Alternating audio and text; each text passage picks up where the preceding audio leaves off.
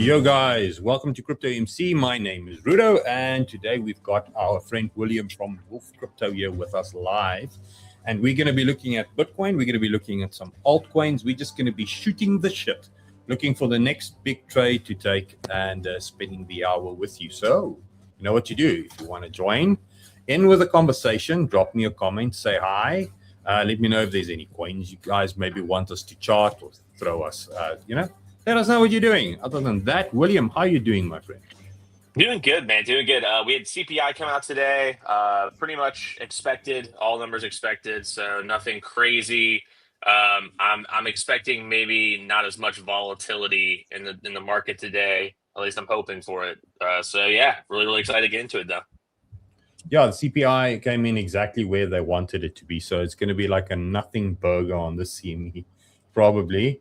Frustratingly, looking at Bitcoin, I was just sharing my trade with you earlier, so I'll quickly speed everybody up for me for today.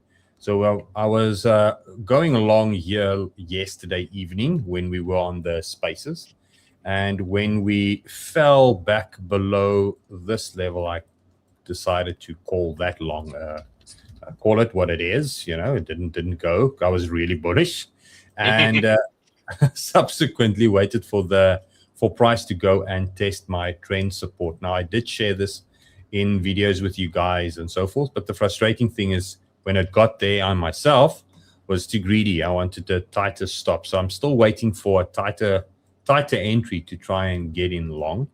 And then for the run for today so far, for my handiwork, because we don't get paid by the trade or by the hour, we get paid by the trade.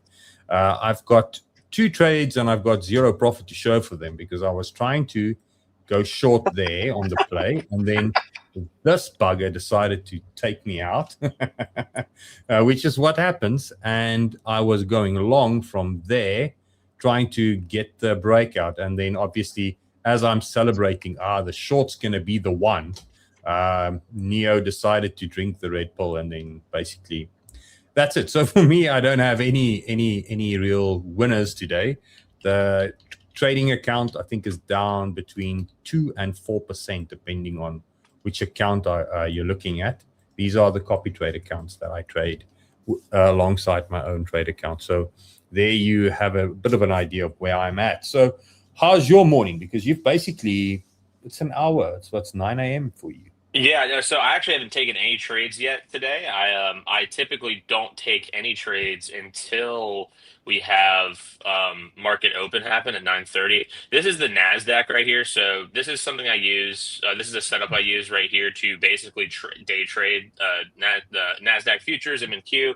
I do apply it to things like Bitcoin sometimes. Typically when I'm doing a quick scalp, I do this in tandem with Buddy Pro as well as Ichimoku Cloud. Again, just trying to confirm my biases and kind of get rid of any kind of doubts I might have. So this is the 3-minute candle, obviously a 3-minute chart, obviously 3 minutes very quickly. Like this is like super scalp zone. So we're going to zoom out to 10-minute just to get a clear picture of what's going on. Right here, we have these blue boxes, Asia session, we have London session, and obviously there's New York session.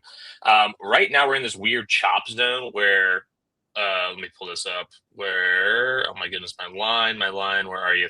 Yeah, it's like we're in this weird zone where anything is like kind of, it's anyone's game here. Like we haven't broken out. We're kind of stuck here. Looks like we might go to the downside here. Not too sure. But something I typically pay attention to is if we break out of London low or we break out of Asia high, yada. Right now, we're below Asia low right here. So if we do end up breaking this blue line, this VWAP, breaking Asia low, and keeping that EMA 9 across with the EMA 20, that's pretty bullish for me. So you'll see a third indicator as well here. That's these arrows. That's called CBC Flip. A great trader I follow. He's part of the Wolf Trading Crew as well, Wolf Financial Trading Crew. His name's Maple Stacks. He made this indicator. It just tracks when the basically candlesticks flip, the kind of sentiment and where you should possibly do, turn your trades into shorts or longs or take profit, etc. So as you can see with the CBC flip here, it is on a 10-minute time frame. We have 2 green CBC flips indicating more bullishness there. Obviously, this red one here is a little concerning, but it plays in tandem with the VWAP. So I typically follow along with the VWAP combined with all these other facts, and that's where I kind of want to take my trades, my day trades at least, not my swing trades or anything like that. So when it comes to the NASDAQ, we have the EMA 9 below the EMA 20 here, so they have not crossed yet, meaning that we haven't really flipped bullish on that front. There's that CBC flip right there though, signaling green, saying, hey, listen, we might turn bullish. And then we have, obviously the VWAP kind of staring us down right now. So all in all, this is kind of a no trading zone for me. I would probably wait until we get another CBC flip combined with a cross of the VWAP here before I take any positions, just because it's so tightly aligned with the bottom of Asia low here. If I'm going to long this at all, I want to see this break out and I want to see this hold and then take a long. Otherwise, it could just be a nice chop. It could be a nice quick, short scalp day for NASDAQ. We'll see. But moving over to let's do Bitcoin Ichimoku here really fast. So with Bitcoin, this is the daily. The weekly is kind of pretty self-explanatory. It's still super bearish on the weekly, so I like to look at the daily to get kind of maybe some entries though. So with the daily, it's really interesting right here. We have this cross of the conversion line below that baseline of that red line. And that red line is so flat now. That baseline is extremely flat, signaling a strong support because price action is above that zone. But as you can see, we have this massive cloud just staring us down right here. Giant bearish momentum. We need to break through this cloud before anything even remotely begins to happen on the bullish side, in my opinion, at least. I'll pull out the lagging span. I try to take it off sometimes so that people, it's a little easier on the eyes. It gets a little messy, but lagging span, you apply the same logic to. It's just touching price right here. It hasn't broken out of price, it hasn't broken below price. We're just inside the price action. So until lagging span breaks out of price, until this lagging span comes up here, and until we punch through the cloud here, I'm not really long-term, bullish on Bitcoin here necessarily. I'll be more than happy to scalp though. So what I do expect that's going to happen more than likely, and based on Buddy Pro as well, is that we do go long here, like you talked about, go long, dummy, like we talked about before the stream, Rudo. And there might be some area here to take profits or maybe do a quick trade in this zone right here, where I'm scribbling, before we hit EMA 200 here, the 200-week EMA, which is at, I believe, 89,000. So I think anywhere between 70,000 and 80,000, there is some opportunity to take some profits, make some money in the long, possibly, before we get rejected and go much lower. But that's pretty much where I'm at on the technicals. I haven't made any trades yet, but we'll see. We'll see what happens. I'm going to wait for market open, see what the stock market has in store for us today. Yeah, I've got similar ideas with some of these coins. Like I said, with Bitcoin screwing me over, but if we go and have a look at Bitcoin right now, let's do this real quick so you can see there's my BTC chart. We've now just basically reversed all of this price action, and so it's just it's a simple case of, if we look at where the liquidity was each time, and now what we've done is with this move here, we've taken out all the bulls. Yep. If you were a bull, like I was at some stage during the day, you've got your stop handed to you. Now, there's still this. If you're a bear and you were a bear in Asia market, you haven't had your stop handed to you yet, or you're pretty close to getting that handed to you. And this then means from where we're at right now, price is range bound. That's just what it is. So sometimes being in a trade just for the sake of being in a trade doesn't pay either. I know when we day trade, and you kind of need to be in trades. It's as simple as that. But from where we're at right now, it is slightly frustrating, because you've got this upper boundary on the 15-minute for price sitting right there now, and you've got this lower boundary as support sitting right there. And as long as we're in here, you never know whether it's just going to be another fake out, shake out, whether it's going to be this chop. So it's sometimes extremely frustrating being a trader, because you deal with all this, and if you don't allow the market to just be what it is and be okay with it.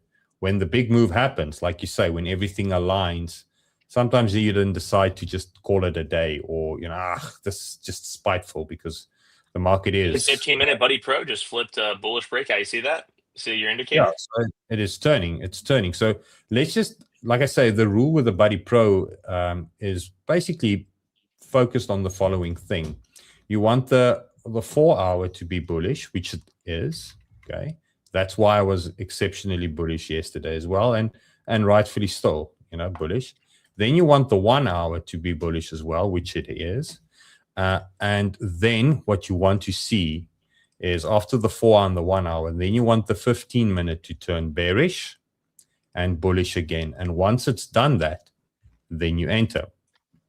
So where we're at right now is definitely time to consider going long, but now we just need to invalidate this, know where stop needs to be. So the 3 candle rule meant that as soon as this candle closed blue, which was in, 4 or 5 minutes ago, as soon as that happened, you needed to have your stop at least between 3 and 5 candles back. So it's not at any stage a long that we can celebrate at this stage, because there's, it's close to the moving. But what we can do now to try and get with the momentum using the system is to say, okay, right, scale this now to the 5-minute or the 8-minute. Bitcoin, we can go the 5-minute. And now what you do is you go to the from analyst mode to trader mode and say, okay, right, give me a setup. And it will probably at some stage give you a strat 4 or strat 3, whatever, to try and get in on the move. So I'll give you an example of the previous time. It breaks out, now everybody's wrong, and then it gives you the strat 3. So you enter on the gray box and start TPing and trade those. So I'll be waiting for this, and I reckon maybe 10 minutes from now we might be able to get a nice entry, come back, test the 67, 800 thereabout. That's exactly what I was gonna say, man. That's like I wanted to wait for another bullish. Look at that! Look at the bam, 15-minute just ripped up again, dude. But yeah, I want to wait for some confirmation, as opposed to just like throwing all my chips in right now. It's like I think patience, and Dr. Crypto and you and me, and we all talk about this on the spaces. I think patience is it's so important in trading. It's like probably the most important thing is having a strategy, being patient, sticking with it. And because most traders they get caught up in the FOMO, they freak out. And trust me, I've been there, bro. I've been the FOMO guy. I've been the guy that's like, oh my God, it's gonna go to the moon, holy shit. And that's not how it works out most of the time. It's normally as soon as you say it's going to go to the moon, it's when it turns on you, comes to break even, and then goes to the moon, and you kill it, because I was wrong, So yeah, exactly. I've to let the trade play out, just let it move on. You've set it, you've put your stop, move on, look for the next one. So where we're at right now, I mean, from the point and figure side of things,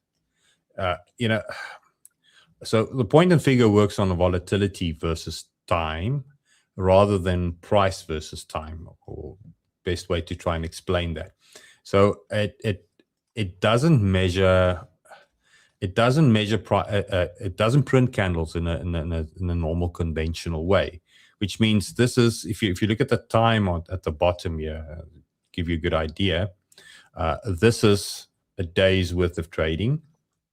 And this is 3 days worth of trading, and you can see that it's almost the same amount of candles, which means that this 3 days there was less volatility, because this is the amount of movement we saw over 3 days. Is that the weekend? Was that the weekend right there?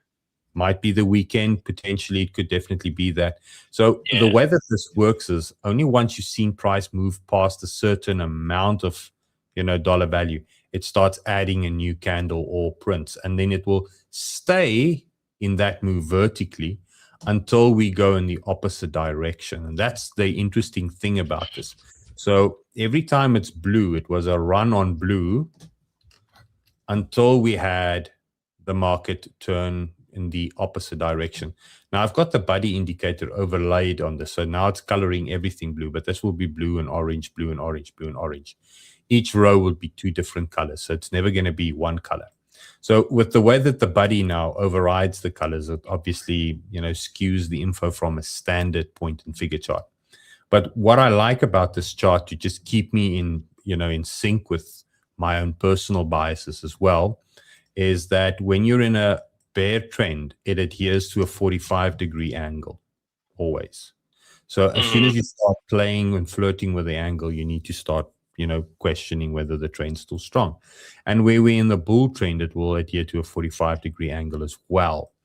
And there's no negotiation around those angles, because the good moves, if you go and have a look at them, they stick to that parameter.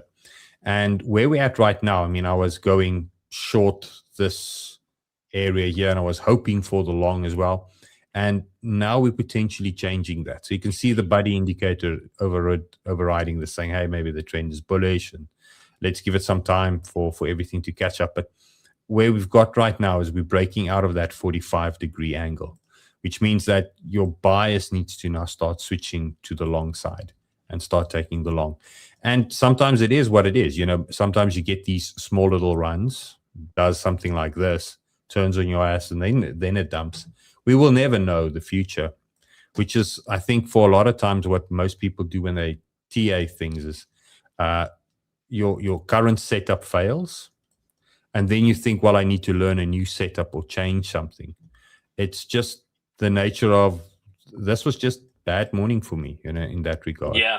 I mean, it happens. And that's the whole thing with trading is you're never going to get 100% hit ratio. It's like, you're always going to have like maybe 8 to 10, 9 to 10, it's like maybe even 7 to 10, and that's fine. But that's, you just have to, you got to lick your wounds when you get those losses, because the losses will come. Even with my strategies, man, like I lose like a good chunk, but I try to make sure I win more than I lose. And as long as that's happening and I'm winning more than I'm losing, then everything's okay. Everything's right with the world. Yeah, I think the interesting thing is if you look at the win to risk reward ratio or win ratio. So if you've got a 1 to 2 risk reward ratio or a 2 risk reward ratio, means if you risk $100 and you fail, you're down $100, and if you win, you're up to $100. Which means if you've got a 50% win ratio, you're a break-even trader. And now you're already miles ahead of most guys, because most people just lose. So a lot of guys trade 1 to 2 setups, but they never really can outperform this 50%, because now they get in their own way. Now it's proven statistically from a human point of view that you will be right 67% of the time. It's not me making this number. It's proven statistically looking at Wall Street brokerage data, all the trades ever placed. 67% of them is in your favor. But what people do is when it's in their favor, they'll short TP. And when it's not in their favor, they will let the thing run to stop, because that's the risk you decided to take. And that's why, yet again, most people are break-even traders. So if you trade a 1 to 2, you have to let the market play itself out and hit your TP. Otherwise, it's still not going to be profitable. And that's letting it run. Now, as soon as you start changing the dynamic and say, I do a 20R, now I'm risking $100 to make $2,000. That then changes the dynamic, because now I only need to be right 5% to be a break even on the same scale. So you can, if you up your risk reward ratio, but understand the way it works, make more money with the same trade and be wrong more often and still be in profit. You just need to move the zero around and decide where it's going to be on a simple, math equation like this. So that's how I tend to just kind of rational when the market just screws me over. It's like, okay, well, today I'm down 4%. I've been up 5%, 7%, for the last 3, 4, 5 days. And the trading day from the US side is about to open. So we're going to jump to your screen now. I was going to say, if you want to show my screen. Yeah, I was about to say, look what's happening with the NASDAQ right now. Like we just talked about. Look at this. Bam. Like from the moment I showed you that, we have bounced up off of that split there from EMA 9 and 20 and ripped right through the VWAP here. So if people can't really see it here, I'll circle it. So the EMA 9 and 20 are these these little lines, these orange and yellow lines. So the EMA 9 is the orange line, the EMA 20 is the yellow line. And what I found is that when these cross, like when they crossed right here, especially on the 3-minute or 10-minute, doesn't really matter on what candlestick they're on. This kind of rings true. When the EMA 9 crosses the 20, that typically it flips bullish or bearish. So like right here, back here, you see it cross right here. That flips bearish, of course. Up here, it crossed. It just flipped bullish. So that's great news. We had the CBC flip we just talked about, which is another bullish indicator. Great news. It flipped green right here as well as right here. And then we just crossed VWAP right here, guys. So we crossed the VWAP there. VWAP is a very, very popular trading indicator a lot of people use. That's why I include it in my charts, because people tend to use it to, go flip long or flip short. And so I like to have that there as well. And market just opened. See, we're ripping higher, just broke through Asia right there, broke through Asia highs. Now people might just go ahead and throw a long right here. I'm not going to do that, because we're trending up so fast right here. I like to wait for a retest. Maybe we get a bounce off the VWAP and go from there. If I was going to open a position right here, it would have been at this circle here. Obviously, we're streaming and we're talking and chatting, and so I wasn't necessarily paying attention to that right there. But if I was going to open a long, it would have been at the cross of the VWAP there. Set a stop right below the candlestick there, and go for it. Go buck wild. I would have been way in profit right now if I did that. I would have been massively in profit. I would have already been out of the trade and done. And that's something I love about what's up? No, but that's definitely the thing about when we do these streams. Sometimes you miss out on the greatest trade. Yeah, exactly. And that's the beautiful thing about these indices, though, is that these kinds of trades are here all the time. Like, they're here every morning, all the time throughout the day. They're very, very, very, very, very liquid assets, and the fact that they're open at certain times, they're affected by market open of these exchanges. You can time that very well. Like Bitcoin, on the other hand, Bitcoin's it's 24/7 asset, and so you can trade that whenever you want. Obviously, it's affected by these times as well. But let's even move over to Bitcoin right now. Actually, I want to pull up. Find it more so now recently. With Bitcoin back in the day, the afternoons were sometimes boring. And it's becoming more like this. So there you can see neatly the colors our buddy is showing you now. You've been bullish 10 minutes ago. And if you grabbed it, the volume is rising. This is really good. And it's definitely a room to start considering this thing is going to run. What I like about this, if you can zoom out, just leave it like that. Go to your Fibbs and select a time-based Fib. So where your Fibonacci level is. Yeah. Yes. Time-based Fib extension. See, there's a little bit of a delay. I'm not seeing the thing, but get the time-based Fib. Yeah, I just clicked it. It's not okay. So where do you want to drag it? Click on that little arrow. You have it. Okay, you've got it there. Yeah. So I don't use Fibs. I'm not sure what to do. Yeah. No. I'm going to show you there. At the bottom there, just before the buddy turned blue, they're at 65,680. So go to your left, not where we are, the previous low. A little bit there. They're the oranges. Yeah, right there at the bottom there. Gotcha. 65, 6. Okay, cool. And then go to the ultimate high that we had. Click it there. Okay. And you see, let me do this. Sorry, I'm going to do this. Yeah, please do.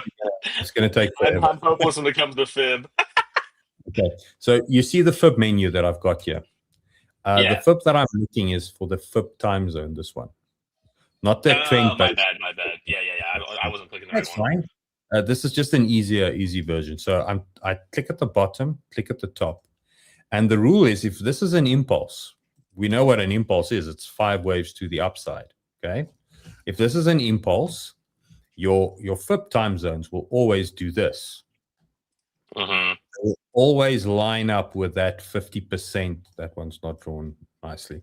They'll always line up with that 50% level, which means it's a Gann rule that the amount of time it takes for this to play out, the retrace needs to be half the time. So I've got it at 1.5%. And then the next move needs to happen. And where traders, sometimes we jump the gun, and I am guilty of that as well, is that, okay, so somewhere in here, there's a 5-wave Elliott structure. I'm just putting it randomly on highs now. We can debate where they are and where the levels are later. But then for the same rule, then somewhere in here, there's going to be an ABC correction of some sort. I'm just yet again slapping the stuff on highs and lows. But the beauty about this rule is that this means that this is a 1, 2, and then there's going to be more to come. And it could be a 1, 2, or it could be the 2 to the 3 with 4 and 5 to come. Or it could be and this is the worry, this is sometimes when it fails, it could be that this is the 5th wave, and then that would be the ultimate short. So for my purposes for today, I'm saying maybe it's this wave, maybe it's that wave. So I don't want to overcomplicate things. But if it is either a 0 to a 1 or a 1 or 2 to a 3 from a 5-wave impulse point of view, what's going to happen is we're going to have this again. Which means at the end of the day, we will hit some resistance level. We will correct back down, and then you can put your normal fibs on that and wait for the 38.2 or the 618 or however you want to use your fib levels, and wait for that entry. Because sometimes, in chasing this low, there's more juice to be made by taking that trade at a higher leverage because you can limit your stop than to try and take this trade to try and drive this to there, because now you have to have a wide stop. So that's that patience factor thing that you were talking about, and letting the move align with something. So to get back to your chart, that's basically what I wanted to add on to what you were saying. Looking at what Bitcoin is doing is just looking at that time analysis for the wave to play out. So if you go to your BTC chart, you will see that we currently at that 50%, that Garn rule for the impulse. We're ready to go, and this is a really good signal for us.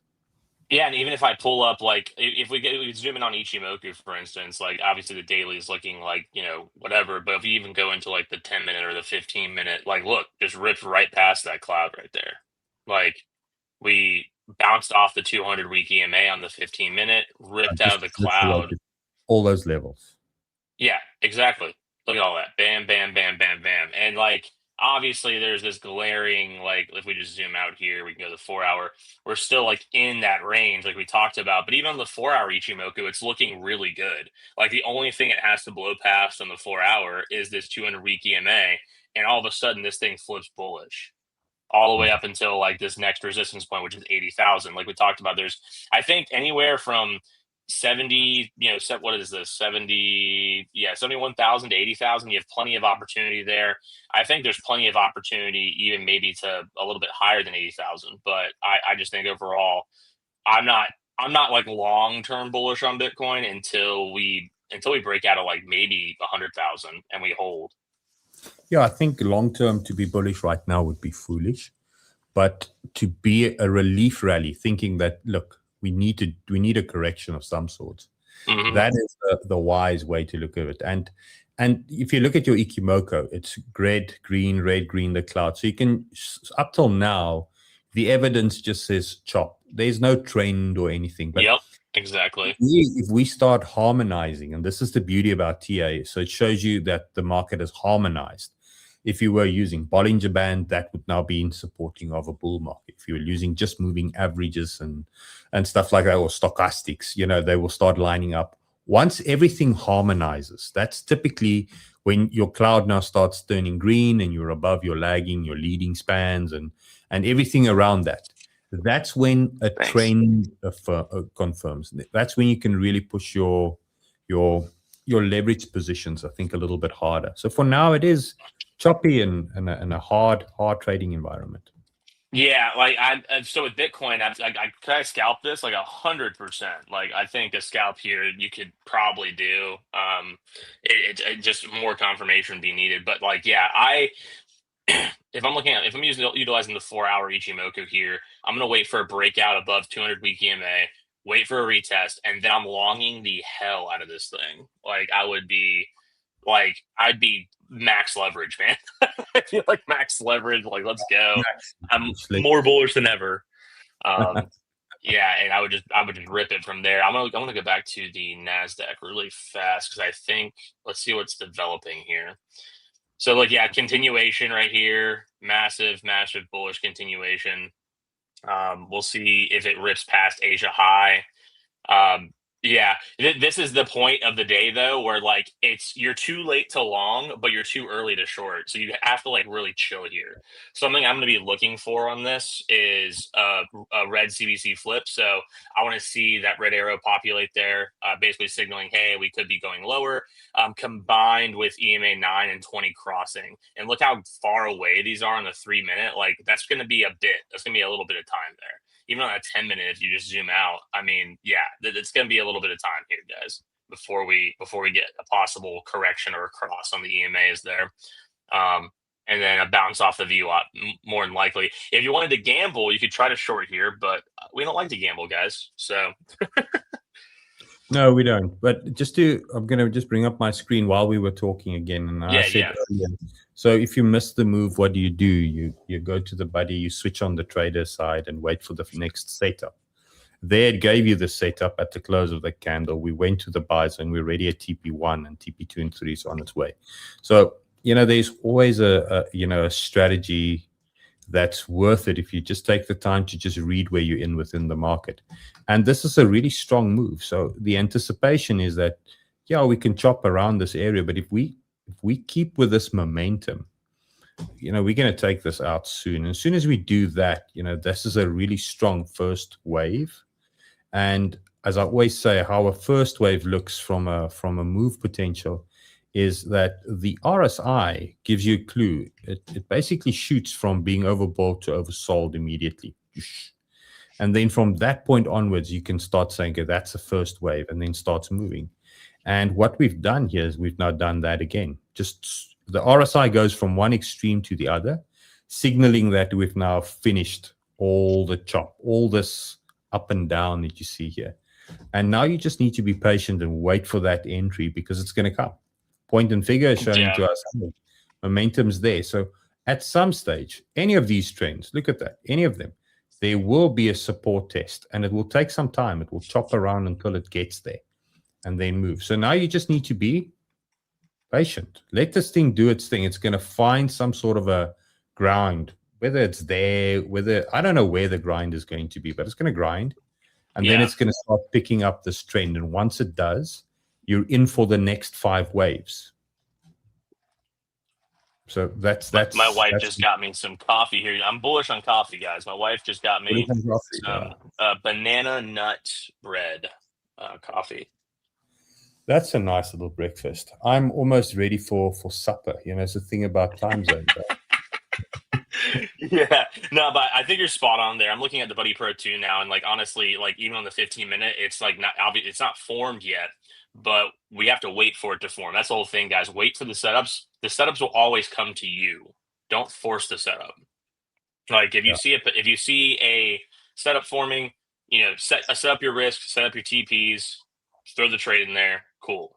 But right now, like I just don't see a setup. Like obviously we had this massive breakout here. I'm gonna wait personally. I think Roto is too, until Buddy Pro starts telling us, hey, like open this position here, use this strategy here, or until we just settle down a little bit. Like waiting for the settle isn't necessarily awful. Like I know a lot of traders and a lot of really good traders who wait until an hour after market opens before they even trade.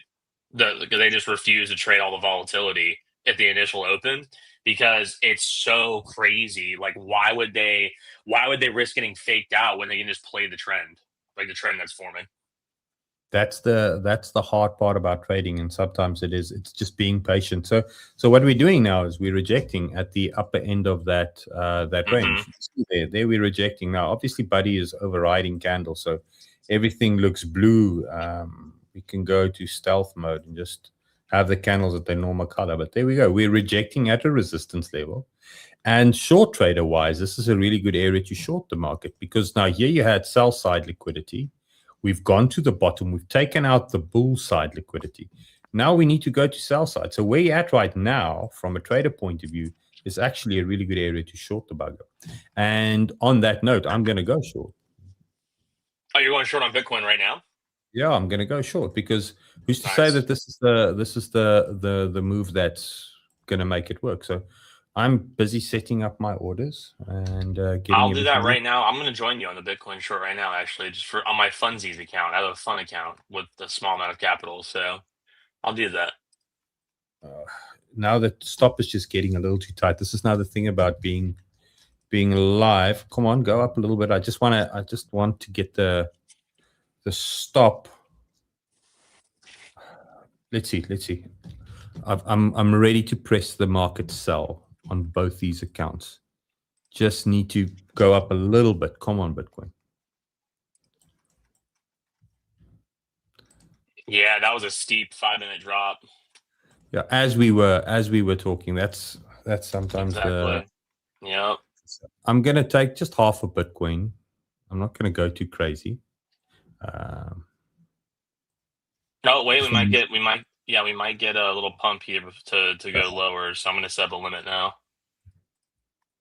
So I wanna try and just know that this thing can still go there. So I just want to make sure that you hide your stop where it would be too expensive for most traders to put their stop, and sometimes it means that you just need to be patient. So I just want to see whether we can just go and get there again, because if it's bullish, you know what's going to happen is it's going to take you out there. So if you're wrong, what's going to happen is it's going to run to the upside. And if you're wrong and you miss the short, it's okay. We've missed it now. What's going to happen is we're going to test around these areas and then we're going to go the long. Because just because we're rejecting here doesn't mean that this is bear trend forever or rejection forever. That's why there's waves on waves. So you never know really which one is going to be the big one that pays you well. But yeah, understanding these levels, trading on them is the key here. So come on. Did you open that position? I just want it to be a little tighter. So I would love if we can just have where you put your mouse at is where I set my limit order. Just FYI. I set my short limit sell there. But I'm probably going to get rid of it. I was looking at it right there, and this is now the stream. So we maybe need to talk less and focus. So come on, guys, let me know in the comments who saw the trade early enough and took it. Maybe somebody's already. There's many good traders. Well, if Bitcoin's pulling back like this, that means the NASDAQ is too. I'm going to go back to my NASDAQ chart really fast. I've been looking at gold, and as we started, gold was at this resistance level as well, breaking trend. So gold is definitely also going to probably be bearish for now. So there's a little confluence indicator for us there. We took out, there's the liquidity. We took it out, we tested it. Now we're going to start trending bearish. So the gold, if you're a gold trader, I mean, the argument is you want to have that thing go trade that low. And the same is playing out for silver as well. Silver being more trending than range bound. So we just took out the liquidity with the US Open, and now we're going down. So let's see what happens around these levels, because if this is a bottom, we will start doing this. But I don't want to, you don't want to go into, with trading, you don't want to predict too far in the future, because then you're going to start messing with yourself. So it's coming down. So now I'm waiting for my long. As simple as that. Yeah, same. I just got rid of my limit order. Yeah. I'm just waiting for my long. And statistically, what will happen is you have an imbalance sitting right there. So this trade could go as low as 69.6. But the problem is, if we do that, we're back in this range, which means then this things go bad. So you don't want to do that. You want it to try and stay above the range. And when it wicks in there, you take your entry with the argument that price will close above it. So the way that I normally say that is, these wicks, good sell zones, when they fail, turn into good buy zones. And you've seen this, you see this many times on the charts. All I'm going to do is I'll mark it out that this was a good area to sell the market. Now that would be a good area to buy the market. And we can go to any other range-bound environment. What happens when we break out? Where was the best area to short the market? There. What happens when we break through? It turns into the buy zone. And it will do that again. Where's the area? Where's the wicks? There's the wicks. Okay. When it breaks through, it turns it into buy zones, and it will always do that. That's that typical repetitiveness of the market. So for the same argument from the bearish point of view, where was the wicks here? You know, well, there's a wick there, but the most of the wicks are there. So that's why we went there for the sell side.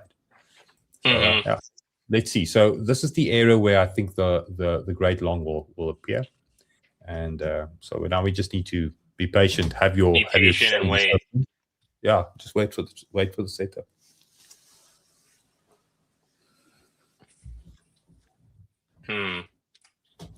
So yeah, while this is pretty much trading, guys. Yeah, just waiting, just sitting and waiting. It's a frustrating thing with trading because there's a lot of waiting. Altcoin gems. I mean, I call this gem sessions because we're supposed to talk altcoins, and so yeah, we kind of piloted this yesterday while we were on the stream. So not a lot of guys were able to join today. But altcoins you like, maybe while we wait, because it's getting there. Bitcoin is dropping. Names of altcoins you like, Wolf. Let's quickly drop that Yeah, list. well, we talked about AUKI, AUKI. That's one that you and I reviewed, I think, a couple weeks ago. And I really like where that's heading right now. Let me pull it up. And that's a deep in play. Yeah, that's a deep in play. So let me just grab it really fast. Okay. What else do you have on your radar? I'll drop the names quickly in the chat. EAT are my two largest altcoin holdings right now. And EAT, what category does EAT? Is it DeFi? That's deep in as well. It's all deep in plays. I'm super bullish on deep in where it's going. So EAT, AUKI. There's two more that I really like. So there's Silencio, that's SLC, as well as GEODNet, GEOD. Okay, so those are the four plays I'm staring at. GEODNet. Yeah, GEODNet. Yeah, GEODNet, SLC, Silencio. That's Silencio, AUKI, and then EAT. I have the AUKI Ichimoku pulled up on my screen right now. Okay, let's bring that up. And while you do that, I'm gonna look at my BTC to see if I can get that long in. It's almost there. Yeah, same. What was it? Look, anyway, so here's AUKI, guys. Here's AUKI. They are a deep-in robotics AI play. And what I mean by that is we've talked about it a couple weeks ago, I'm pretty sure, but just long story short, they're helping robots understand the environment around them. And so they create this software that allows a Gaussian splat to be developed. Like you use your phone to create this Gaussian splat, which is like a very in-depth virtual environment for robots. And you download that environment onto their brains. And now robots understand exactly where they're at. They understand what they're holding, what they're touching, where they're walking. And they developed it. It's pretty insane. It's all open source as far as I know, or it's decentralized, of course. So there's a lot of privacy factors there. But all in all, they're making money. They have contracts. Businesses are using their software across the world. And they actually are talking to a lot of major companies right now. That's fundamentally why I'm bullish. But technically speaking, obviously we had this really, really nasty break down here. I'm going to put that right there, that horizontal line. That was a major support this token had. And then sure enough, it fell under, collapsed, turned into a resistance. What I do like is that we broke above it, kind of came below it. Now we're riding that resistance wave, but we're on the daily Ichimoku, like we talked about Ichimoku.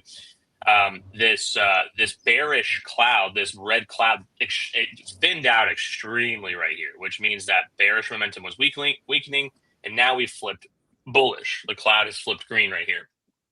And so I like that we're at resistance / support here. We're above the cloud. We're above, let me just take those out. We have the conversion line above the baseline, those blue and red lines there. And then we are above the cloud. So those are all super, super bullish indicators for me. The one thing that I'm waiting for, and I've been allocating my bags on this because I'm so fundamentally bullish, I've been buying. I literally bought this entire dip. Like as we kept falling, I was just buying. And I majorly bought when we got below support. I just kept chucking money at this thing on spot positions. What I'm waiting for is a break above this, a break above the 200-week EMA. I want to see us rip above that, hold above it, and then I know we'll be at least in a short-term bullish setup.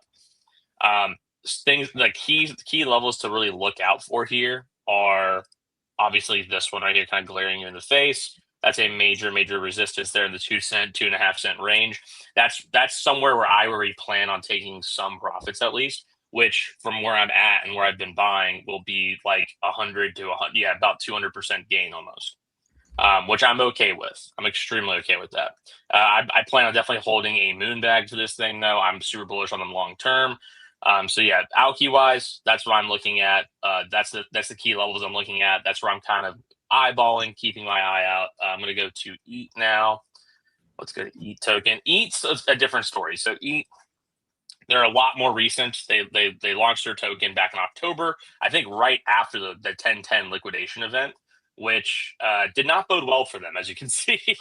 They pumped and they just like ripped down here. We broke below this this support that had formed very early on. We broke below that and turned it into a resistance. Now, I'm very bullish on them fundamentally speaking because they have an exclusive partnership with the largest billboard company in America. They have an exclusive partnership to install their devices on 40,000 billboards across America. And they install these $50,000 edge node devices, these cameras that track traffic data. And so they are constantly filming interstates and highways. And these cameras have so much compute power on board. They have this edge AI on board that they instantly recognize a vehicle. They mark down its color, its make, its year, how fast it's going, what direction it's going, yada, yada. And all this information is extremely valuable, extremely valuable to a lot of different companies, hedge funds, governments, etc. And they're the only ones really collecting it from those vantage points because of that exclusive partnership with that billboard company. Because if you think about it, these billboards have crazy vantage points for that kind of information that no one else can really, get. So that's why I'm bullish on them, is because they're collecting a massively valuable data set. They're going to funnel that revenue into the token, of course, like other DeFi projects have before.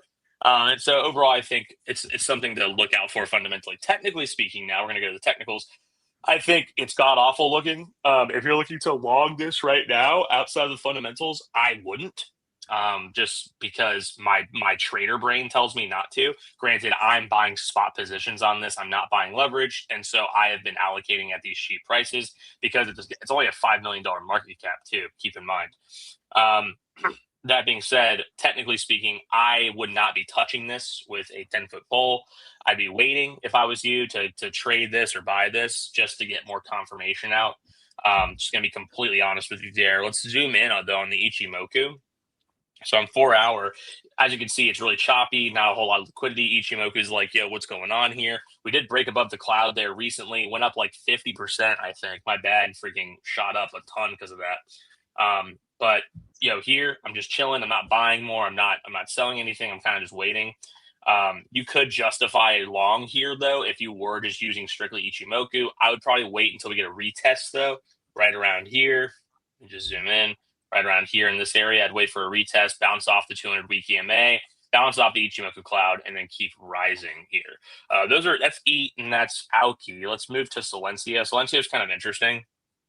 Come on, load, please. Thank you. So they've had a rough time. Silencio's had a rough go, the guys. Token wise, I'm very bullish on the business though. Again, fundamentally speaking, kind of in the same boat as AUKI, if you ask me, in terms of price action. We have this kind of respected support / resistance level in this range here. But the problem is we broke below, turned into a resistance, got rejected, kind of broke out briefly, got rejected by the 200-week EMA there on the daily, and then come right down here. And now we're just at these levels again where you can't even justify a long here. It's really hard to. Granted, I own a bunch of this token still from earning it back in the day. I mined a bunch of it for the airdrop, and I staked it. Now, something you could justify about this project is if you want to get exposure to Silencio, they have a free application you download on your phone, and you can actually contribute voice data to AI. So AI companies that need voice data to train their LLMs. And what they'll do is they'll buy this voice data off Silencio. Silencio collects it from you. They buy it off them, and then Silencio will pay you in USDC. You don't have to get paid in the token, guys. They will just pay you in USDC. You can make like 10 to 20 bucks an hour doing this, just recording conversations. It's actually pretty insane. So you can do that. You can take that USDC and funnel it back in the token if you want to, or you can just keep it. It's up to you. I know a lot of people have been doing that. So there's still value to be made here. There's still money to be made. Obviously, with the token, it's definitely a huge gamble at these levels with these technicals. It's not looking amazing, but the market cap's about a $2 million market cap. Obviously, there's a lot of risks there. More risk, more reward. That being said, but I wouldn't be touching this unless it gets above Ichimoku and above 200-week EMA, right there at that 1353 level, 1381 level. So there's Silencio. Again, fundamentally bullish, technically speaking, not much happening there. And then GeoDnet's kind of a different story than technicals. So GeoDnet, let's pull them up. Obviously, we've had this like massive downtrend, but if you really consider the market dynamics that we've seen recently, GeoDnet has performed extremely well compared to its other deep-in projects. GeoDnet itself is a very profitable business. They have a growing RTK network. RTK is real-time kinetics, or kinematics, I think. I forgot the actual word that they use for the K there. But essentially, all you need to know is that it improves GPS accuracy. Because you wouldn't imagine, like, satellite GPS is extremely inaccurate. It's about, like, it can be anywhere from, like, 50 to 100 meters off, especially when it comes to, like, indoor buildings and whatnot, or when there's tons of buildings around. And so these guys sell a device that people can buy. They install this device, and satellites now have like a middleman to ping, and that middleman will ping devices for them and get a more accurate read on their location and give you like basically centimeter level accuracy on the GPS location of that device or of that car, etc. If you're using common sense, you can kind of see where the value is there. These companies borrow or utilize GeoDnet's RTK network to basically get more efficient data. They do that to get more accurate GPS data going, and so there's a lot of value in that data itself. Honestly, I really love the company, love the founder, Mike Courtney. He's really cool guy. Technically speaking, token is obviously suffering quite a bit here. The whole market's been suffering, but we've held very well comparatively so to other deep-ins. And so I'm still like basically watching this key level here, this horizontal line. I want to see a breakout on the technicals though. I want to see a breakout here before even buying into it. I want to see a break above the Ichimoku there, break above the 200-day EMA, or sorry, 200-week EMA before buying in. But those are the four I'm looking at primarily. Everything else is kind of just fair game for me. I haven't really checked out any on the fundamental side, but I do watch other alts on the technicals. So that's pretty much my alt setup there. Sorry for rambling on there, Rudo. I am bullish fundamentally on a lot of different projects. So When you're look on at a that, roll, guys. Oh my God, beautiful setup, dude. On MNQ, look at that beautiful bounce off the VWAP. Like, my God, I actually took a trade there, took a scalp there, and got stopped out because of the aforementioned bounce. But here, where is this? Right here.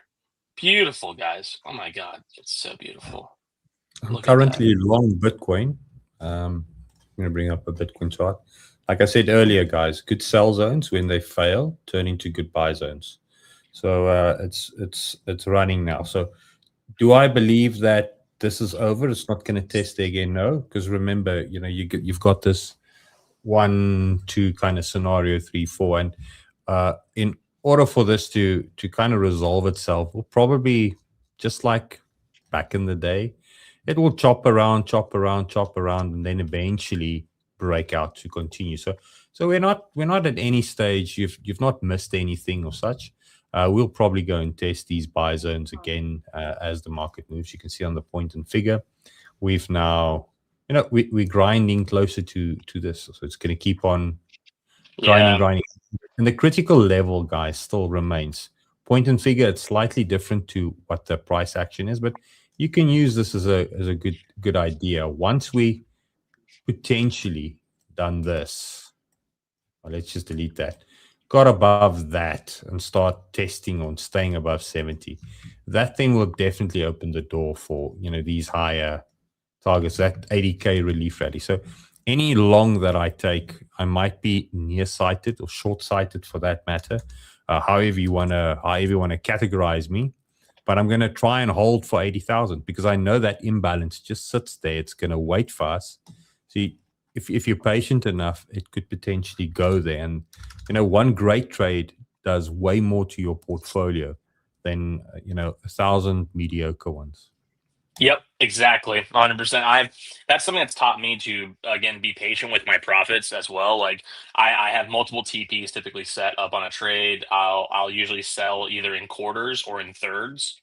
So I'll sell like, point or 25% of my position, or, maybe I'll sell 33%, really depending on the volatility of the market that day or the sizing of my position. But I like to try to squeeze the profits out as much as I can, as opposed to just like, ripping it one and done. So we're about basically an hour now busy. There's about 156 people joining in live right now. We're streaming to 5 destinations. So I want to say to each and every one of you guys, thanks for joining, firstly. Remind me in the comments again. I don't know if the Twitter comments are going to come through. Sometimes they do, sometimes they don't. Of any coins that you might think is worth us looking at. And remember to go and like, follow, and subscribe. Well, we've only got Yes, Will. sir. So go and follow him on Twitter and go follow the Wolf page.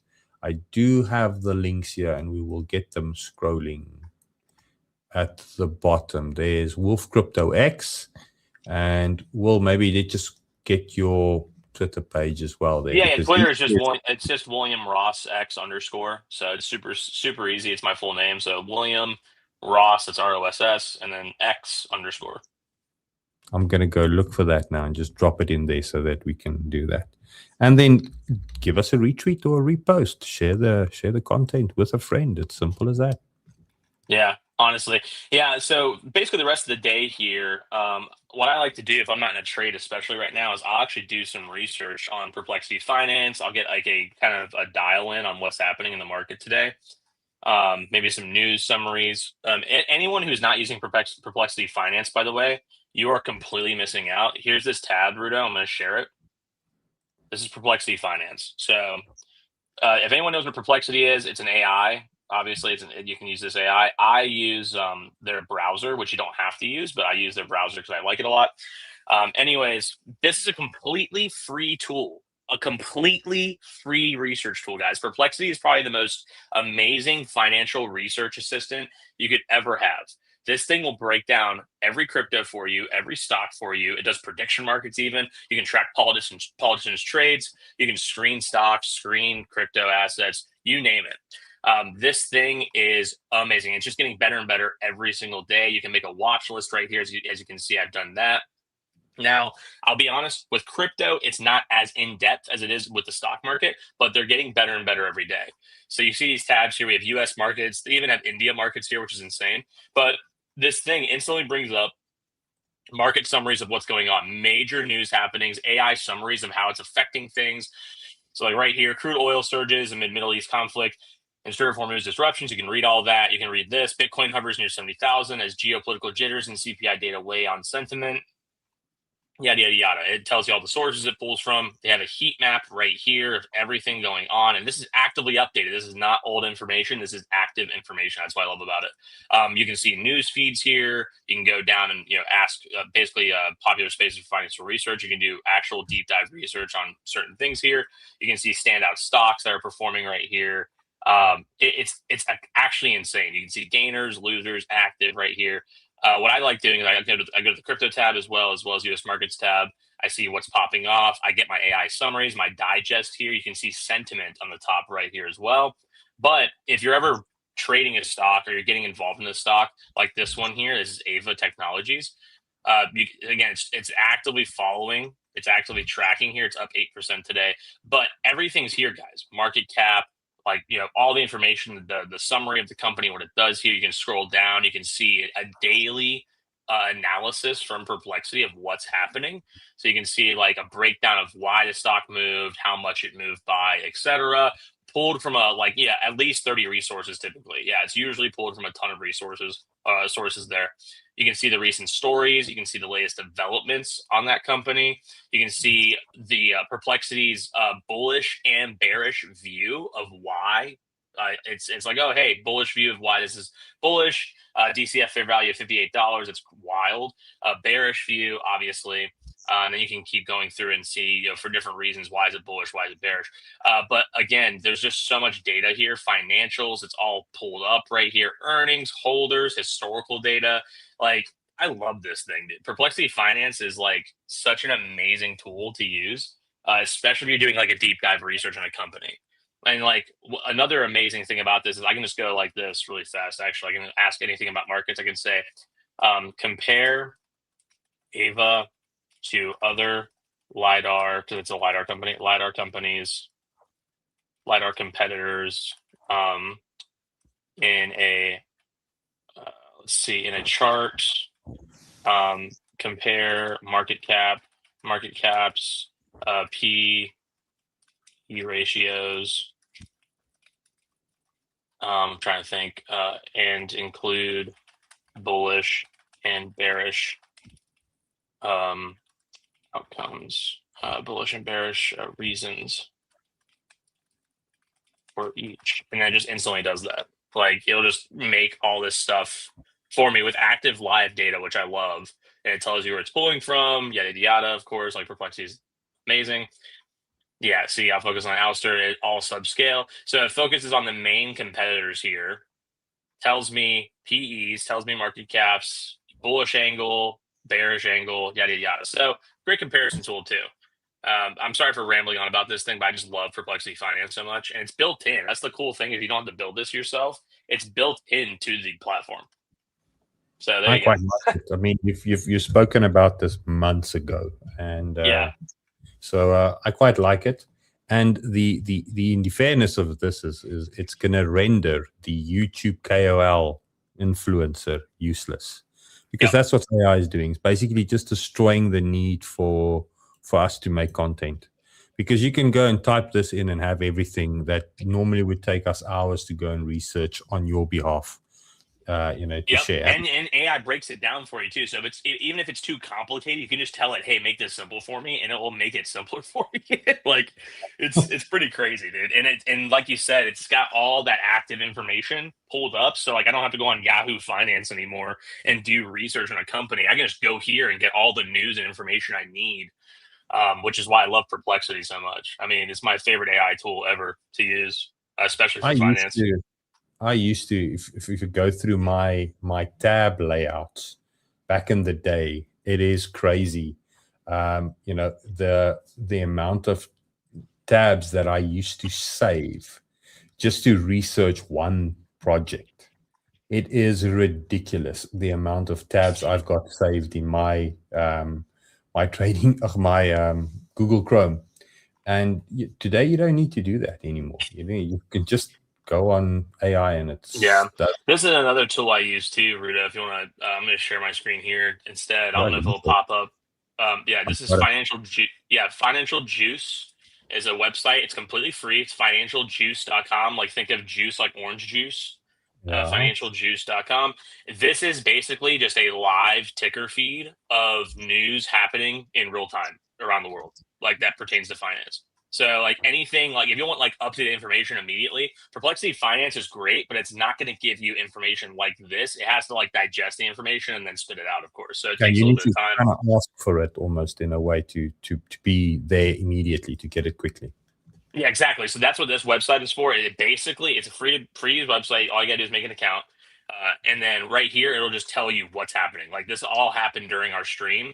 Right here, Trump, war with Iran will end soon. IEA members agreed to release 400 million barrels of oil. Like, obviously, the red tickers are very important. Like, it's like, hey, we're stressing this is very important. But you can see every single little thing happening.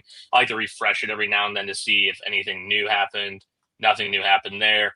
But yeah, you can see like IEA Executive Director Baral will provide further details of how this collective action will be implemented in due course. Officials prepare for at least 2 more weeks of strikes. Okay, so this can help you make those decisions in trading. Like I watch this constantly, guys. I have this on my phone, and I just have it like buzz me all the time. You can even It's go a to lot crypto like, too. yeah, well, it's a lot like the Crypto Panic website. You know, Yeah, Crypto Panic. yeah. Basically, I just like this because it's very extensive. Yeah, and Like it's it to tells the you point. crypto stuff as well. But yeah, it tells you crypto, forex, equities, everything. I like looking at global news because it does affect how obviously all these markets move. Like look at this right here. Trump practically nothing left to target on Iran. War with Iran will end soon. And it shows you the moment he said that and what happened to the price of all these. Like there's US dollar, there's S&P, there's oil. Look at that. Isn't that wild? It tells you the moment, the exact moment he said that, and then shows you the chart and what it did. Oh, that's quite interesting. See, we've got Blackbeard joined as well. Hello, Blackbeard. You just need to unmute yourself, buddy. There you go. Hey guys, sorry What's for up, bro? What's getting up? on What's here. up? Yeah, I had some technical issues. I Did you gotta open get that it. long, Rudo, by the way? Sorry for cutting you off, Black Bears. I'm curious about Rudo's long here. Oh, yeah, I'm in my long. Oh, show us, please. Show us. I want to see it. I want to see where you entered. There we go. So, like I said, good buy, but good sell zones when they fail turn into good buy zones. So now this is just going to probably figure itself out. I don't know how it's going to print, whether it's going to make a triangle or flag or whatever the case might be. Irrelevant to the argument. It's getting in on the first move potentially now that's going to drive price much higher. Yeah. I don't know where it's going to go. And like I just explained to you, it could be the risk that if you look at this, but it's so hard to say that that's the case. Let's scale this to 4 hours. I just want to quickly show you this. Mm-hmm. Mr. Blackbeard, while you're there, buddy, I'll do it to kind of get everybody updated as well, where my mind is at with the charts right now. So I'm just going to switch everything off that's on the screen right now and start off simple and say, okay, the buddy indicator on the 4 hour is saying to us now that time to hold your shorts is over. It's saying strategically, and let's make this bigger. I'll make it big and I'll put it at the top right of the screen. It's saying strategically now is no longer the time to hold shorts, that we still have weak bullish continuation, but we're above support levels, everything on that. So from the indicator point of view, it's turning bullish. Daily time frame, however, it's saying, hey, it's going to go up, but the big picture is still bearish. So it doesn't mean, remember the context of where we are. Then when we ignore the indicator and look at the price action for what it's worth, and we look at where the interesting areas are, your fair value gaps, your imbalances. What we know is when the market creates these interesting zones, like you have there, it needs to go and test that at some stage. So there's an argument to say that, hey, we've swept the low on the weekly. We could potentially go to 118 and do that. Who's to say that? Nobody can tell you that that's not possible. But, possible and probable right now is sometimes two different things. And when we look at these imbalances, when the market creates these inefficiencies, what happens is the following. You have your top side liquidity. I'm going to just use the drawing tool just to speed it up. So you've got sellers entering the market at these levels. And then you have your buy side liquidity. Buyers obviously trying to keep driving price high. And when we break one of those sides, which is what we've done here, you've break through them. In that it breaks, the trend emerges, and then you'll have an imbalance that occurs. And normally at that stage, price will then go and retest that zone or more. Okay. So what did we do here? We had seller liquidity in there at these levels, like you've had there, all these levels, and you had buy liquidity in there. So when you break through, same rules, when you break through, you make that lower low, the market then will speed up, create the same inefficiency, and price at some stage will go and test that. That's why I'm bullish, and why I'm going to try and keep on trading this thing bullish. Now, that's just looking at this from a simple price structure point of view. So let's delete all these brush strokes and look at this from a divergence point of view. Now, this is where it becomes a little bit more technical for some guys, but when you have the market create these waves, your RSI will create divergence. So I'm going to switch to the daily time frame just to make it nice and clean so you can see how it looks there. And maybe what I need to do is just switch off these gaps because we know now where they are. Let's do this, just take that away.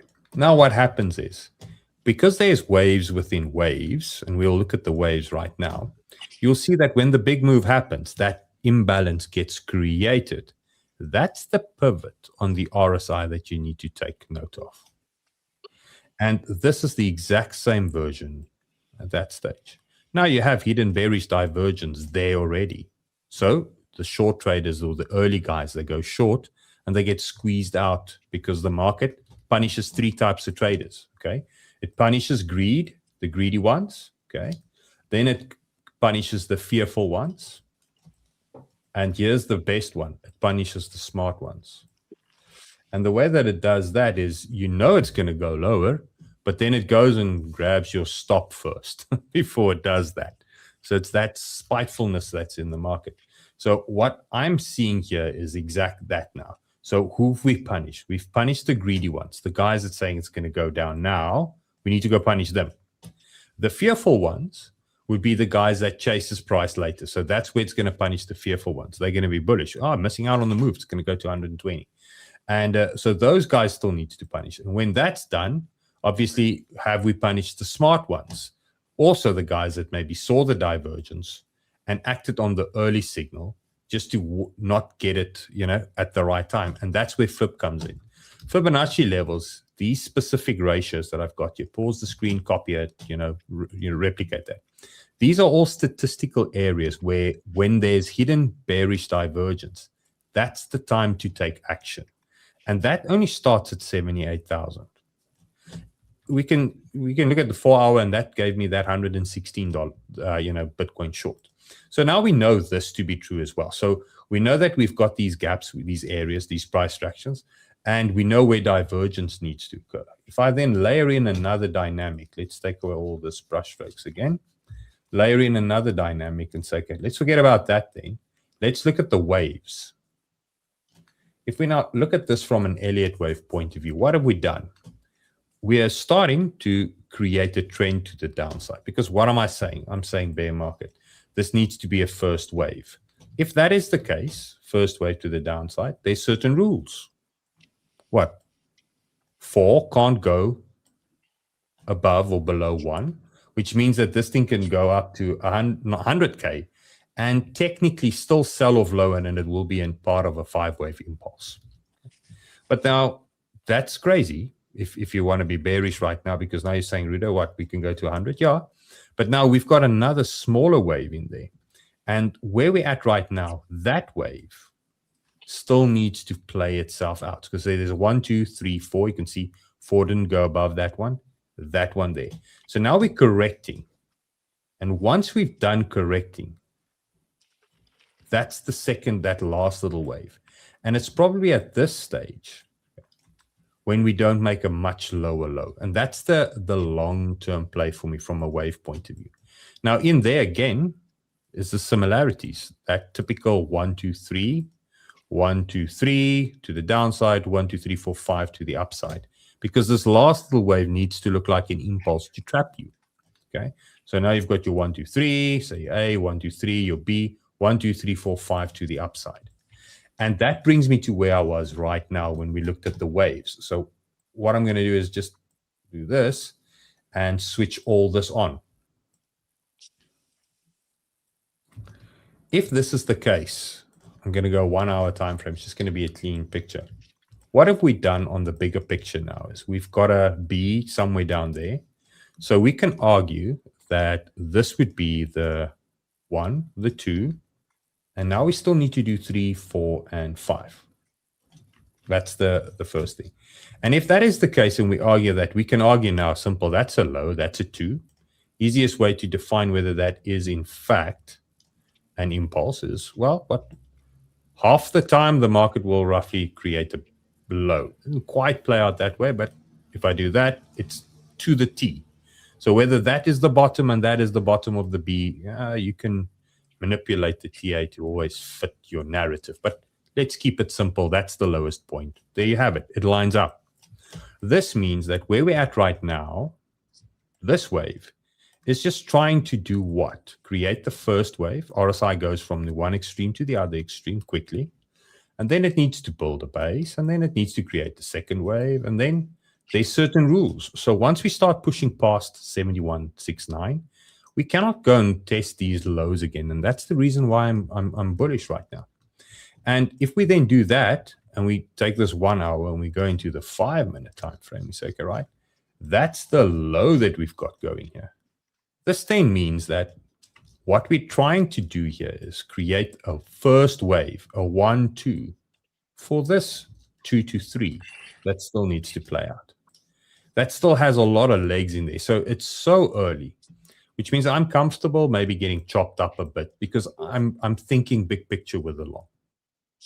And that's the reason I am bullish right now, and I want to see this thing drive to these levels because I've got statistically where the divergence will play out.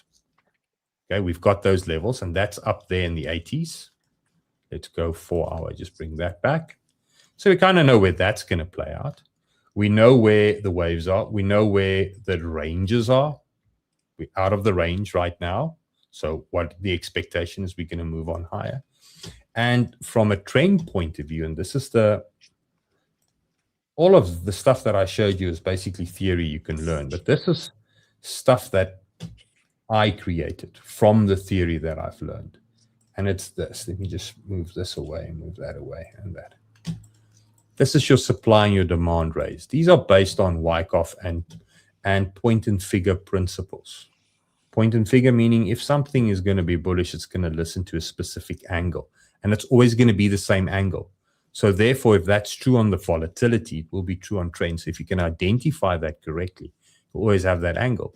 And what we've done now is we've created supply, we created demand, we'll test it.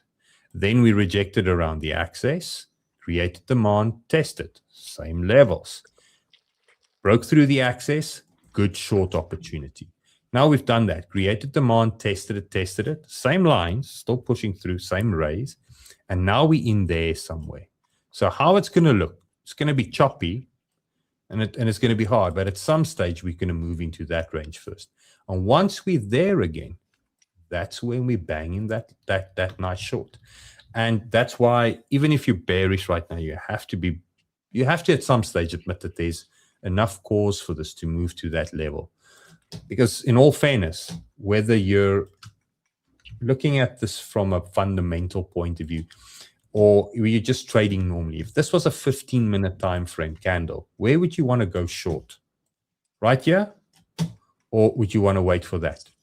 This play with the imbalance is the exact same scenario as what just played out earlier this morning when we started. There's the move. Price goes and tests that range, goes to that liquidity, and then builds a base. So whether we're going to go lower or lower, I don't know. But that's the rule with trading. So that's why I'm in this long. And just to finish up this long, then let's switch on all the stuff that I had on the screen for you guys now.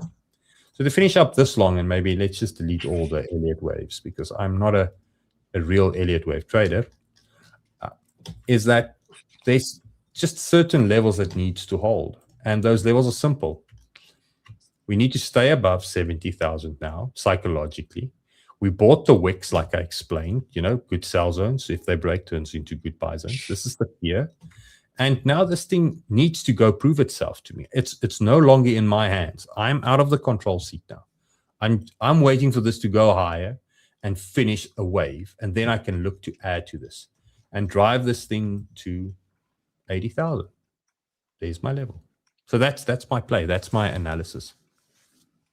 Beautiful. I see we've lost Mr. Blackbeard, and Peter also had to drop off. He was in the background there. Oh, damn. So maybe Yeah, he'll join. Like you said, yeah, I was going to say beautiful analysis there, Rudo, and I have to agree. I longed Bitcoin as well, where you just pretty much where you were at for pretty much the same reasons.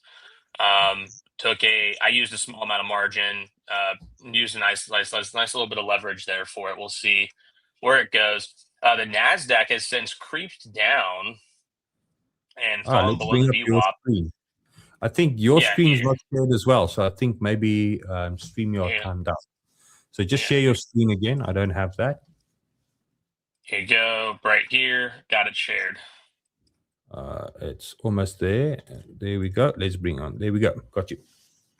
So right here on the NASDAQ on MNQ, like we have this cross, and this is just the 3-minute, mind you guys, so it's like scalping material here. But like right here, we have the cross happening, or it's about to happen. We are below the VWAP, and we just flipped short on the CBC here. So this could be a good spot to go short. You could set your stop pretty tight here.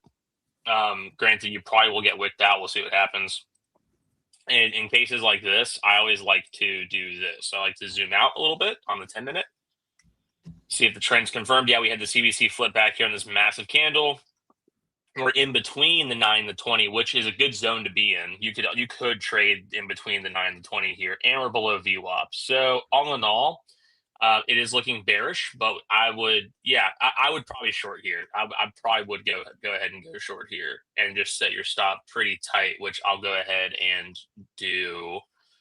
Wait, is my account not logged in? Oh my God. Wait. I think the internet timed out in all levels. Yeah, right. I'm using a VPN right now too, which doesn't help. But yeah, I'll go ahead and let me just go on my account right now. I'll go on my other account and go short. Let's maybe just do a test. I think maybe my mic is turned quite low. How's my volume? Fine now. Yeah, your volume's great. Your volume's amazing. Yeah. So right here. See, bam, you would have got like just obliterated on the NASDAQ right here. Would have got stopped out. You set your stop right above VWAP there. And the market's constantly doing this. So here, you probably want to set your stop above the EMA 9, EMA 20, and it could be working out pretty well for you. I went ahead and shorted on that CBC flip there. We'll see what happens. I set my stop again right at the EMA. I think it's at 9. Yeah, no, it's 20. Right, EMA 20. So we'll see what happens. Again, I'm shorting for the reasons I stated before. We had this red CBC flip happen. We had the cross of the EMAs, and we're below VWAP. So take profit is going to be, honestly, I would love to hold on until bottom of the session. But because we are, today's a little uncertain on the news, I'm going to set my take profit here. I'm actually going to set it at this previous low right there on London. Let's see what happens.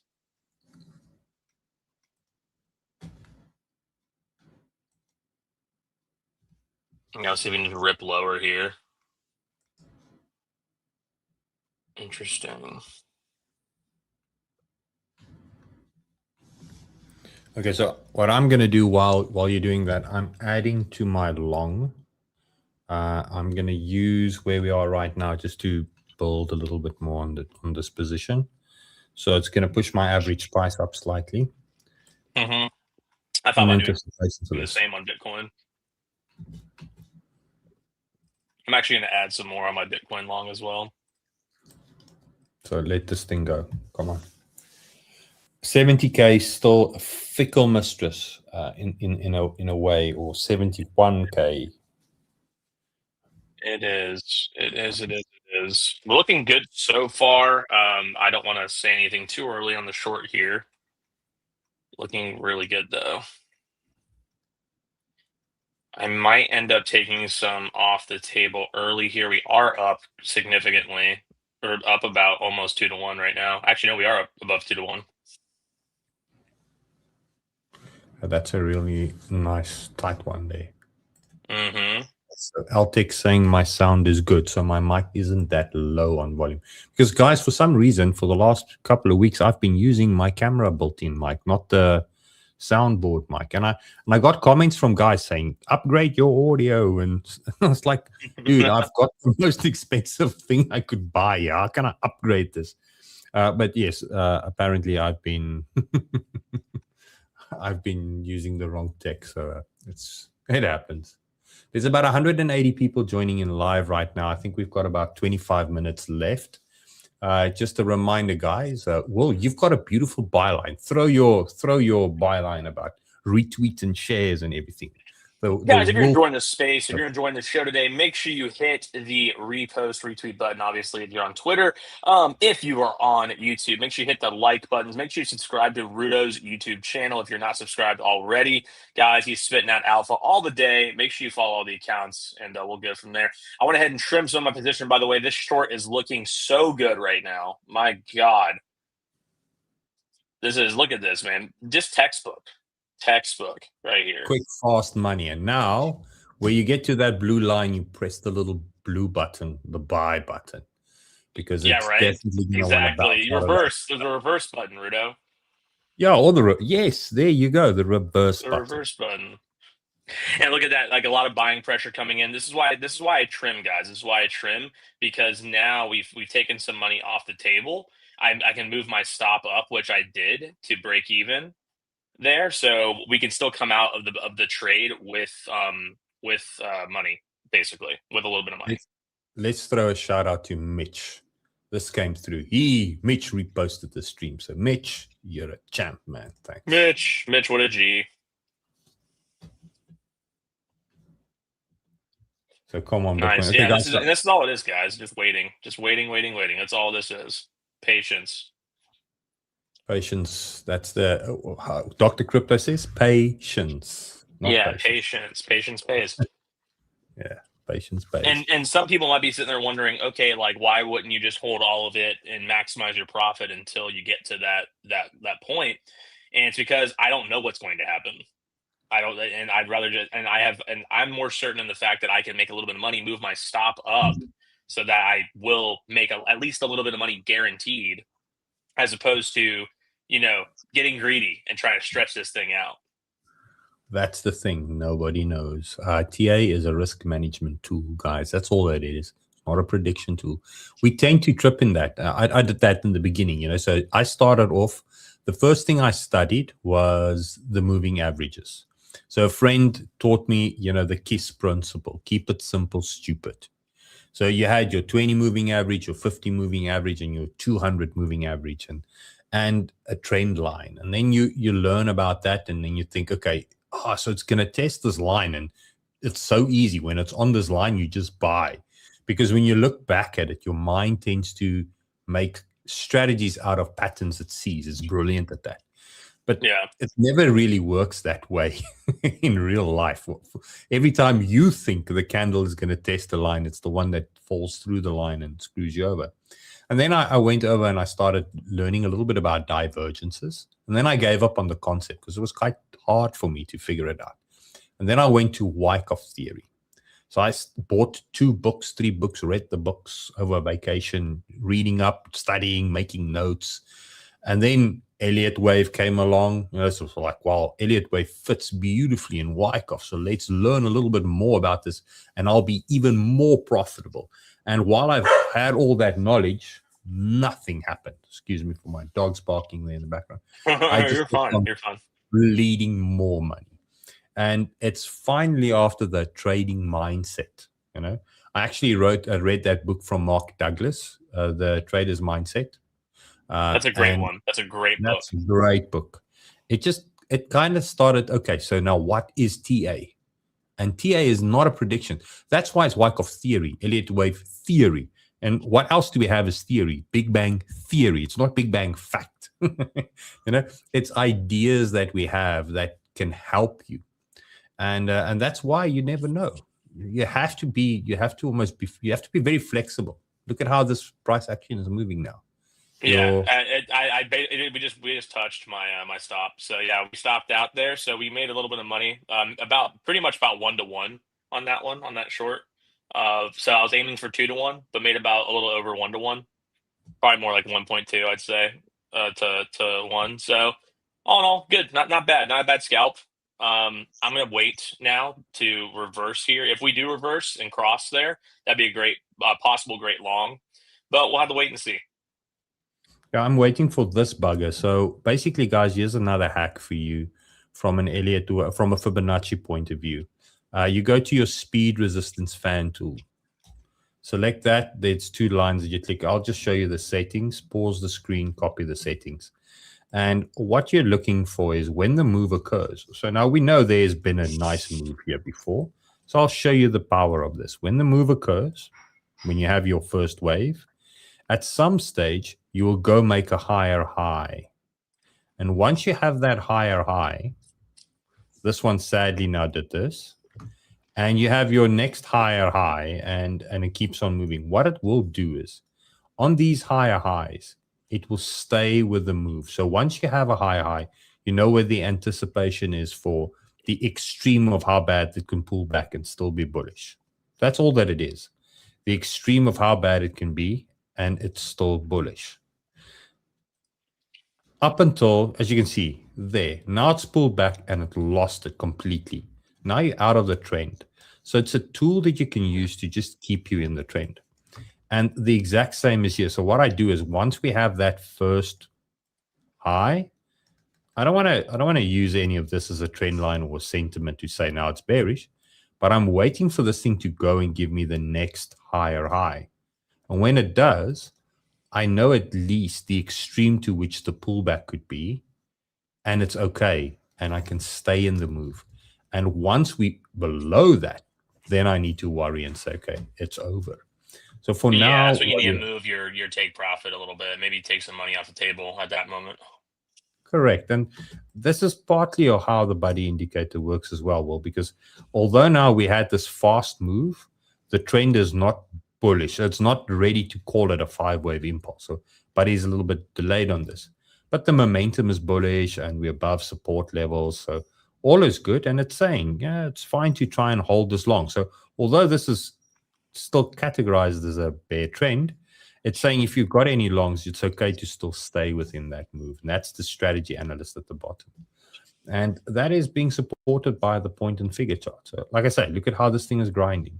So we can chop around. I'm going to be patient with this and see what it does. And as we can close above this, start creating these blocks like that above this. Yeah. It starts opening the door, you know, and this is the thing. This is what we do when we trade. We're trying to speculate on the possibility of an outcome.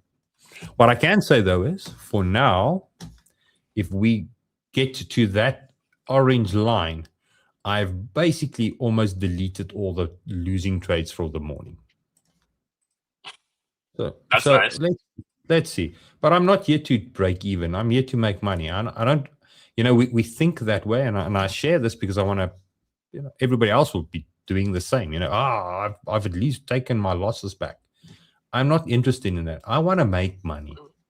So it's one of those things. Do I want to break even? Because if as soon as I do this, now I have to hunt another long somewhere. What if the market shakes me out of that one or something like that? A great entry, once you have it, protect it. But don't let go of it. Yeah, no, definitely. Another strategy I want to walk people through too, if you want to go back to my screen really fast. I'm loading it for you. Something that's helped me generate a lot of income, guys, especially during low volatility times, is this. This is the SPX, is the S&P 500. This is primarily what I trade on an income basis. So I have several different accounts. I have a growth account, I have a DGen account, and then I have like my income account. And this is my income account. So basically, what I do is I try to generate like a steady stream of like weekly income. It's not like a daily trade thing. I don't have to take daily trades on this, but a tried and true strategy for me is I combine the CBC flip, that thing I used before on NASDAQ, with these lines. As you can see, this red and green line, it's called ORB, open range breakout. A lot of people that have been trading for a while might be familiar with this, but ORB, essentially, you can go on a 15-minute, a 30-minute if you like. The longer you wait, typically could be better for you. I like putting a 15-minute on there because I like to see early on, like maybe where the trend is going. So you can actually take these ranges, the highs and the lows, and kind of determine where the S&P is going to go that day. It typically follows through. Sometimes it reverses. There's a lot of times it reverses. So you want to be very careful how you play this. But if I zoom out here, for instance, I go over here to this previous day, we had a fake out of the CBC flip right here.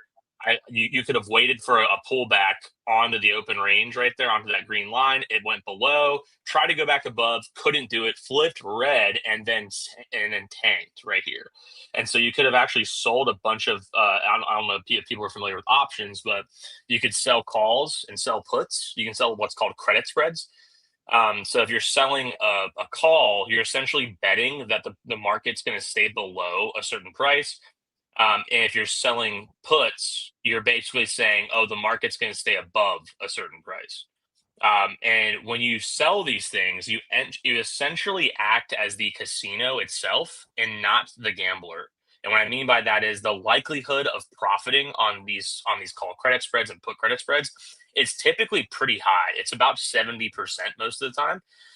The thing with call credit spreads is they're very capital intensive, or they can be very capital intensive, and volatility affects them greatly. So if the S&P were to move super quickly, like very, very fast, the price of these things is affected greatly, especially on 0 DTE, 0 days to expiration. So I do 0 DTE call credit spreads and put credit spreads on the S&P 500. All that to say is I trade daily options that expire at the end of the day. And the whole thing with selling options, when you buy options, like when you buy a call option or a put option, you want that option to increase in value so you can sell it later on for profit, right? But the thing with selling options is you want the value of that option to decrease over time, and you take the difference. Like you basically sell it for $1.50 and you buy it back for 50 cents, and then you've made money on the spread there. And that's typically what I do. Now, obviously, right here, you can see we went below, ripped below, stayed below that red line, stayed below the orb. And at the end of market close, we stayed below there. So if you held on to that call credit spread, let's say you had a call credit spread for 68.60 right here, where that green line is. As long as you stay below that green line, you're in the money. You're clear. You've won the bet. You've won the profit. You could have sold it early too, as soon as it got down in this range where I can circle. And you probably would have reaped at least like 95% of the premium. But I really enjoy this strategy because basically 9 times out of 10, you're going to win. You're going to win on this strategy. The market will follow this orb pretty well. Granted, you do have these fake out periods, so you have to be very careful and keep your stops very, very tight. So just keep that in mind. And you are tying up a lot of capital to do this. You have a lot of collateral you have to tie up, but your losses are limited to the collateral that you put up, and you know what that is. So it's like, hey, listen, I'm going to put $5,000 in to make $1,000, and yes, the RR is backwards, but you're trading your RR for a higher likelihood of winning. That's what you're trading your RR for on these call credit spread strategies. So I like to do this to generate a good bit of income. Granted, on these days where the volatility is super thin, like right here, we have this range, this really, really, really tiny range. I tend to stay away from this strategy because there's not a lot of wiggle room and the market could go anywhere. And so I'm staying away from it today, but typically on most days, I will take a position. So like right here, we had this open range breakout. Market immediately opens the other day. I think this is yesterday, actually. Market opens, we go down, we have that CBC flip, we hold here, we break below that that line there, we retest, push right through, come right back down, push right through. And so I wouldn't be opening any positions here because what I like to wait for is a confirmation. So I like to wait for a breakthrough, come down, and then we continue lower, right? But that didn't happen. And so yesterday I just basically waited. I waited for that green flip there, like you see right here. And I opened a put credit spread with the price right here. So as long as the price stayed above this red line, I made money. And it kept ripping. As you can see, it went here, went down, went here, and market closed, and we were way above up here. And so I sold it early, made some money. But it's a great, I just wanted to say this is like a fantastic strategy for people that are just looking to generate some income on their cash, possibly on the cash and sitting on the sidelines. As opposed to deploying it in a high risk altcoin or a high risk penny stock play. The put credit spread and call credit spread strategies are plentiful, and they're phenomenal. So I just wanted to point that out. I don't know if that makes sense to everyone. So call That's an option equals amazing bullish, put options bearish. Yeah, that what's his name? Tech codes. Yeah, tech codes. That's exactly right. And so if you think about the inverse of that, tech codes, if you're selling a call option, you're bearish. If you're selling a put option, you're bullish. Like you have to flip those. So when you're buying a call option, you're bullish. When you're selling a call option, you're bearish. Exactly right. So yeah, Hope that makes sense. that's a really interesting strategy. I'm going to definitely look at this. What indicator do you use? Because I see you've got an ORB, but if you type in ORB on indicators, there's so many. So which one is Oh it? yeah. So the one I use here, I'll pull it up. The one I use is how do I pull up the actual, what's this one called again? Because there's so many. There's so many. What is this in the code? No, it's not the code. That's the script. Open range breakout, opening range breakout by ZZZ Crypto. Yeah, this is the one. So it's the one cool. by ZZZ Crypto 123. If you go into indicators, metrics, and strategies, you type in ORB. I think it's the second one from the top. ZZZ. Yeah, it's a very popular one. Yeah. And you can change the ranges. So like right here, if I click settings, I have 15-minute. What you're going to want to do is go to session time. You need to change this immediately when you get the orb breakout, because if you don't, it's going to go off of basically whatever time. You need to set it to 9:30 to 9:45 there, especially if you're on a 15-minute. If I set it to 30, like if I set this even higher, so I go to 30-minute, I need to change the time appropriately to 10 there, so a 30-minute range. Because it's going to base, if you do like 30-minute orb on a 15-minute session, it's going to be all out of whack. It's not going to be aligned. So make sure you do adjust your clock according to what you have on your interval here, on your total time. So I like to do 15-minute, like I said. If you want to do 30-minute, I'll show you what 30-minute looks like. If you want to do 30-minute, you can do that. It's very popular. You get a little bit more confirmation there. See, like, as you can see, it widens up a little bit here. So you can wait to see, what happens there. But overall, you get the same result, a very similar result. Like right here on that last one I told you, or last one I showed you about, where I took where I made some money yesterday on a put credit spread. Right here, look, we didn't even break out. We barely broke below. We wicked below bottom orb, and then we just ripped up here. So that would have been a clear signal to go on a put credit spread. Or if you wanted to, you could buy call options too. Now, people might think like, oh, like, why would I sell a put credit spread when I can just buy a call option? Well, you're selling a put credit spread instead of buying a call option, because options trading, you have this thing called time decay. It's called theta. And the longer you hold that option, the less valuable it gets over time, especially if it's working against you. Whereas when you sell options, your best friend is time decay. Your best friend is theta decay, because you want the option you're selling to become less valuable over time. And so, like, again, you're essentially the house. You are the casino in this instance. You're going to the gamblers. You go into the guys who are buying call options like crazy, like naked call options that are expiring that very day, and saying, hey, listen, I'll take you up on that bet. Give me your $800. I'll put up $2,500 as collateral, So like, if you're wrong and you hold the position until close, you could lose $2,500, sure. But the likelihood of you doing so following the orb strategy is extremely low, extremely low. So again, you're trading that RR for premium, for like for a higher likelihood of winning, but you're still winning a lot doing this strategy. And you can sell early too. You can day trade this stuff. That's what I do. I rarely hold on to this stuff till close, because the market can turn against you so fast. And so if my premium goes from like $2 all the way down to like 25 cents, why wouldn't I let that go? That's an amazing amount of profit right there. I've got it open on Bitcoin right now. I used an hour because Bitcoin's obviously a little bit more volatile, and it made for an interesting trade. So I'm definitely going to look at this more. Thanks, Will. This is a really interesting. Of course. Yeah, open range breakout's great for just it's really good for stocks, really good for the indices. You can also use it for crypto too, because again, Bitcoin, like we talked about at the beginning of the stream, Rudo, is it's getting more traditional and financialized in TradFi with the ETFs. It's going to move in tandem with TradFi, because there's more capital flowing into it through TradFi. So it would make sense that, you could play orb more and more as more volume comes into the ETFs, as more traditional finance is getting into Bitcoin. You can follow the orb strategy much, much more. Even like right now. So we're on 30-minute orb here. I'm not doing anything here. Granted, CBC flip just happened. We are above the 200-week EMA. We have flipped green, but we're still within this range, guys. We're still in this bubble, and it's just not a lot of volatility today. So I'm just going to be waiting here, waiting on this As one soon on as you're orb. above the range, that's when you trigger.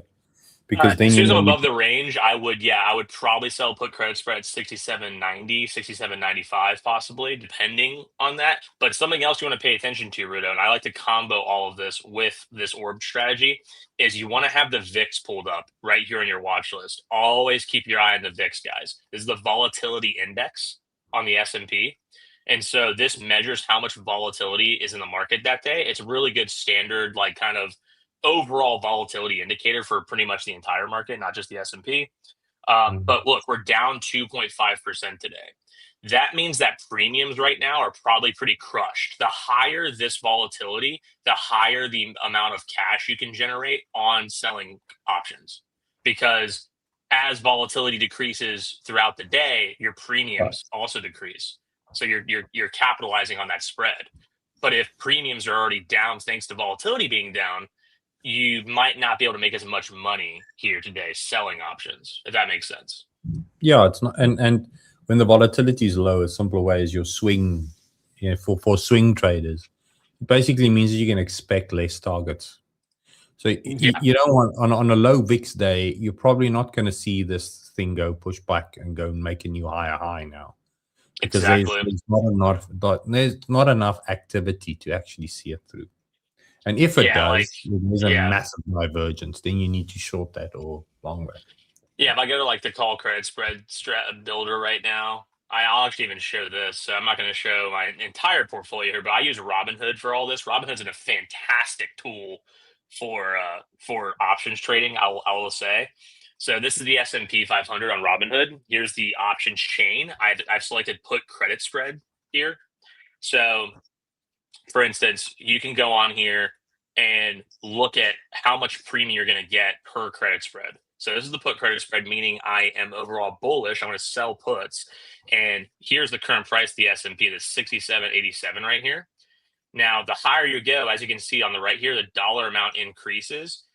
And that's because you're taking on more risk. So the more risk you take on, the higher you're going to get paid out. Of course, the more risk, more reward. It's the time. Tail as old as time, essentially. Now, granted, where is it? Where do I need to go here? So we're at 67.89. Top orb is at 67.95.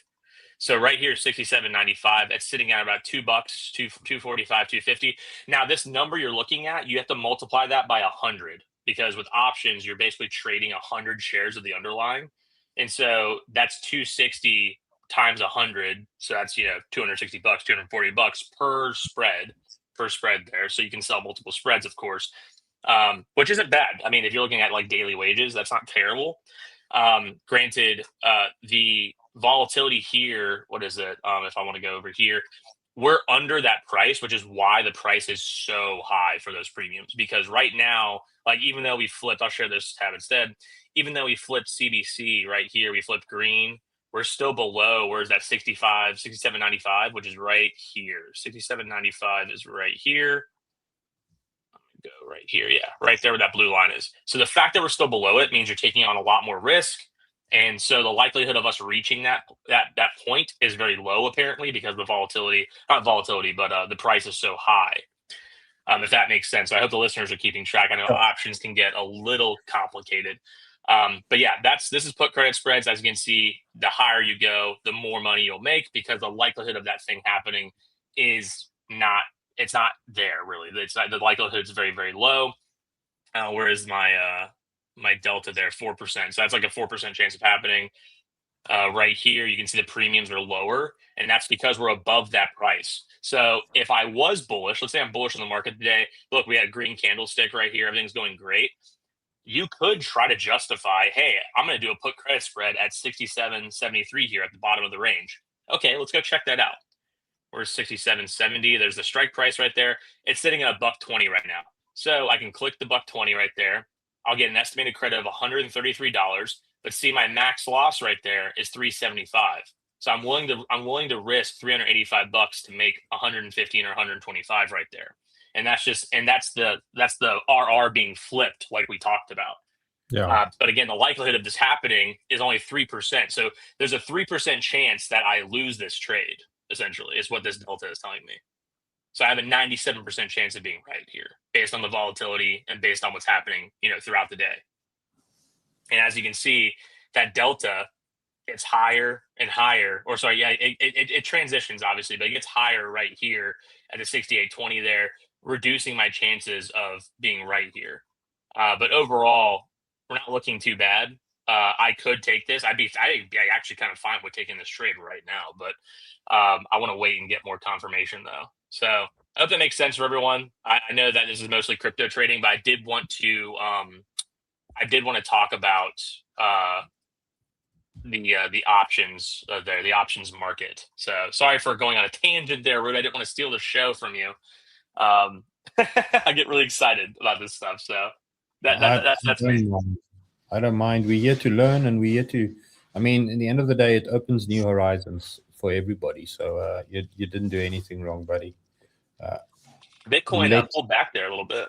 I'm looking at it right now. Slight little pullback there. So I am still in profit with my long and with where I add it. So I'm still okay. And look, it's that 70,800. It's a fickle bastard. So if we can get above that, it will change things again for us. So let's just see. Give the trade time to work out, And would you add more here, Rudo? Is that something you would do or no? So I added at 70,300. Pull the Bitcoin here. So if you go to your BTC chart, you can see there around 70,300 is where I added. We're at 70,600. Nice. 70,500. Now, there's a $70 spread on Bitcoin on average. So in order to get 70,300, I needed to have bought at 70,200 and something. So that's just keep that in the back of your mind as well, guys, because futures, you don't have a spread. You've got commissions. Mm-hmm. But the CFDs, you do have spreads. And all these different ways of trading, like LTEC codes we're talking about, call and stuff. It's just different ways of betting what price is going to do, because puts and options is just a side bet of what everybody else is betting. That's the easiest way you need to think of it. That's why they've got these delta metrics and stuff, which is a little different to what price, because this is just showing what everybody else is betting. The side bets. So it's like you say, it's being the casino in a sense, rather than being the trader. And if you understand that data, which I myself still need to master, to be honest, it does open a different dynamic to say, well, is today maybe a good day to trade if the side bets are looking like this, Yeah, if volatility is extremely high, what I tend to do is I'll buy options instead of selling them to play on the volatility. And so I can make a lot of money and capitalize on that. But what I'll do after I'm done trading those options and buying and selling those options, I'll open credit spreads. I'll become an options overall seller throughout the day, because there's this thing called volatility crush that constantly happens. So the VIX throughout the trading day will deteriorate. Like it will, typically you have the VIX, it'll spike at market open like 20% if it's a volatile day, or 10% even. And throughout the day, you'll see that decline. You'll see that go down to 18%, then 15, then 12, throughout the day. Because the trade people, yeah, exactly. Because everyone took profit, everyone's out, everyone's getting lunch, everyone's having meetings, etc. And so people are done trading for the day, which reduces the price action, which then crushes volatility, which then crushes the price of those contracts. Which, if you're a seller of options, you love that. And so I'll usually, if it's 9:30 or if it's 9:45. I'll go ahead, if market's super volatile, I'll open a call position real quick and scalp the hell out of that thing. And then afterwards, I'll just go back and sell, depending on where the orb is. And it's funny that we're using orb, because if you look at my screen, which I think we're still looking at my screen, you can Yeah. actually apply orb to Bitcoin. Like this is the 30-minute orb. And look, right here, we ripped a low. You could have scalped right here, down here. And obviously it's not perfect. You could have scalped right here, combined with CBC flip right here. Made a little bit of money, and then took profit when we flipped green on CBC right there in the middle. And then if you did that and went long maybe, or even reversed it, and we broke above right here, and combined with being above the 200 week EMA, you're sitting in a lot of profit right now. It's massive, absolutely massive. I'm going to keep that one on my trading view. I want to research this orb a little bit because I really like that. I want to. It's simple too. That's what I love about it. It's so simple. Oh, well, keep it simple, stupid. That's the key to a lot of things because, if you want to complicate technical analysis, you can, but at the end of the day, it doesn't really make you money. Yeah, exactly. Being more specific to it. Think about the buddy. Buy when it turns blue and just hold it until it turns orange again. Every now and then, when you're not range bound, that strategy is going to print you a hell of a lot of money. If you're range bound, it's going to chop around. It's not going to work. So understand the limitations of any strategy. It comes with the territory, and know why you're buying. Because a lot of people, well, it's blue now, and I need to make money. No, it doesn't mean you need to make money. Exactly. If the trend holds, you're gonna make money. Simple as that. Yeah, exactly. I mean, yeah, your buddy Pro is like showing us right now. I'm on the 15-minute right now, and it still has all green lights here, guys. It's still momentum. Look, we're coming down on the RSI here, which is completely normal. I feel like we're still within this range. The RSI will even go lower still. Go and have a look at the previous wave when it started moving. The RSI will go low, and scroll a little bit to the left when we were at 65. Oh, sorry, wait. Yeah, here. Keep leaving my drawing tool open. There you go. It happens to me as well. See, once we broke out, look at how the RSI even went lower than 50. Yeah. But I love that. When you pointed out, Rudo, this was so cool. So I love that you pointed this. I never even thought about this before, but this is exactly that's hidden bullish divergence. I love that bullish divergence. Yep. Let me just draw wait for the stress and buy the stress. That's the key there. And look at the simplistic nature. So when we turn to a trend, just buying when it turned blue and holding ended up making profit. But when we went into a correction, that didn't work. And it's okay. So if this thing turns orange again on the 15-minute, we're not in a trend. Just be okay with that. And if you end up losing money, it's all right. It comes with the territory. But when it prints and we are trending, it's gonna keep you there, and it's gonna keep you there in a very simple manner, just like the orb. Wait. Yeah, you can even look at this too. So like the RSI stayed relatively flat, but if you look at where we transitioned, here, let me just do this.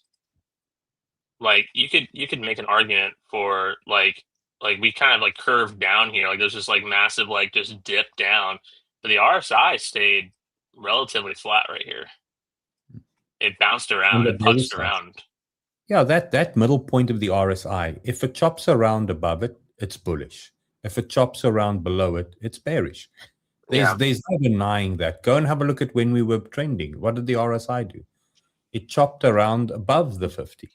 Yep. See that? And that's why a lot of people start using a moving average on the RSI. So if you go to your RSI settings, double click on that, and you just switch on the RSI moving average. Switch it on? Yeah, go to style. Maybe yours just transparent. I'm not. RSA based MA. There we go, right there. Yeah, there you go, and go back. Okay, so where's the RSI now? That line is above 50. So as long as that that value reads above 50, you're a bull. So don't make more of it. You see that little yellow value on the right side of the screen. You're there in the. So as long as that's above 50, you're a bull. You hold your swing position. You almost don't need to think of it more than anything like that. And now if you go and have a look at your hidden bullish divergence, where you just drew with the RSI going lower.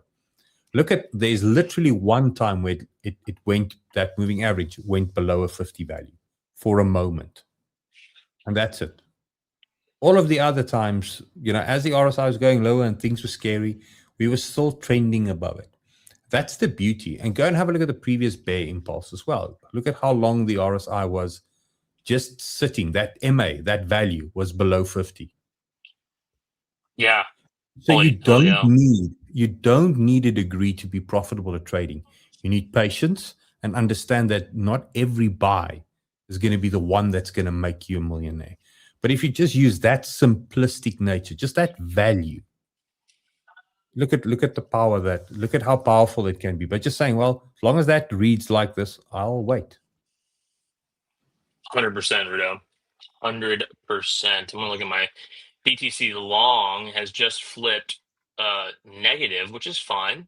It's completely fine, guys. We've anticipated this. So we're going to wait, like Rudo said. Just give it some time. Just give it some time. I'm also negative. On the one account, I'm like $5 negative. So yeah, same. It's like $5, Rudo, $5 whole dollars. Oh my god. That's crazy. That's crazy. It's crazy, man. No, dude, it's a stop loss, bro. It's gonna hit your stop loss soon, Rudo. I'm sweating $5.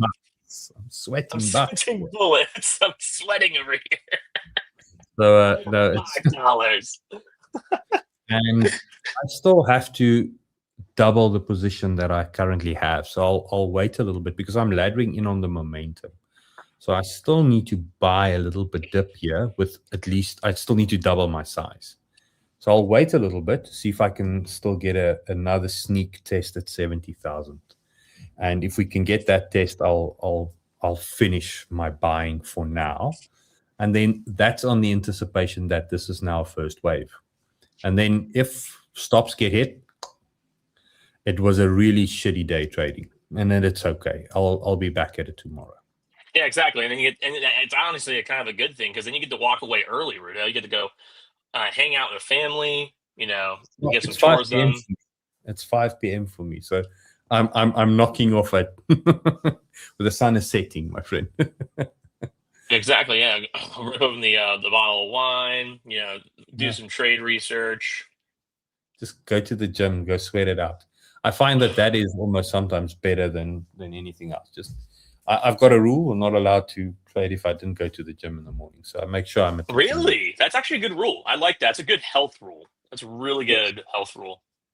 You need. I mean, even Mark Douglas in that book spoke about mindset. And it's all about mindset. So healthy body houses a healthy mind. So it's the cheapest psychologist out there. Just go and sweat.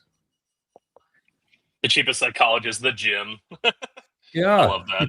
You can just go run on the road. There you sorted. So let's see how this long plays out. It is frustrating when it starts chopping because the unknown starts settling in and you start doubting whether this is now the move or not. So I've learned to, if I take a position on the 5 minute, if we still chop and 4 hours later, then I've got to drop. If we, because then clearly there's no momentum there. But if you go and switch your Bitcoin to the 4-hour chart right now, what we have is we still got an hour left before this 4-hour closes. Yeah, I see that. Yeah, and nothing on that candle is suggesting anything. It's not a bullish candle or bearish candle. It's just a candle. So yeah, and look at this too. RSI, or above 50, like you said. Yeah, it's on its way there. So, and the nice thing is the RSI went high and we tested and we're bouncing on the 50. And this could be the beginning of us trending bullish. If you go and have a look at where the RSI was trending bearish still, was when we hit 70 for the first time forever. The 50 kind of became resistance. And every time we went there, it played out. This is not the best idea in a range-bound environment. It's not trending. When you're trending, maybe scroll a little bit more to the left, and then you see that RSI will stay there. So it's a simple trick. Let's just let the market do its thing. Exactly. So we're coming down a little bit more now, and we're at 70,000. So I'm going to start just adding a little bit to the position.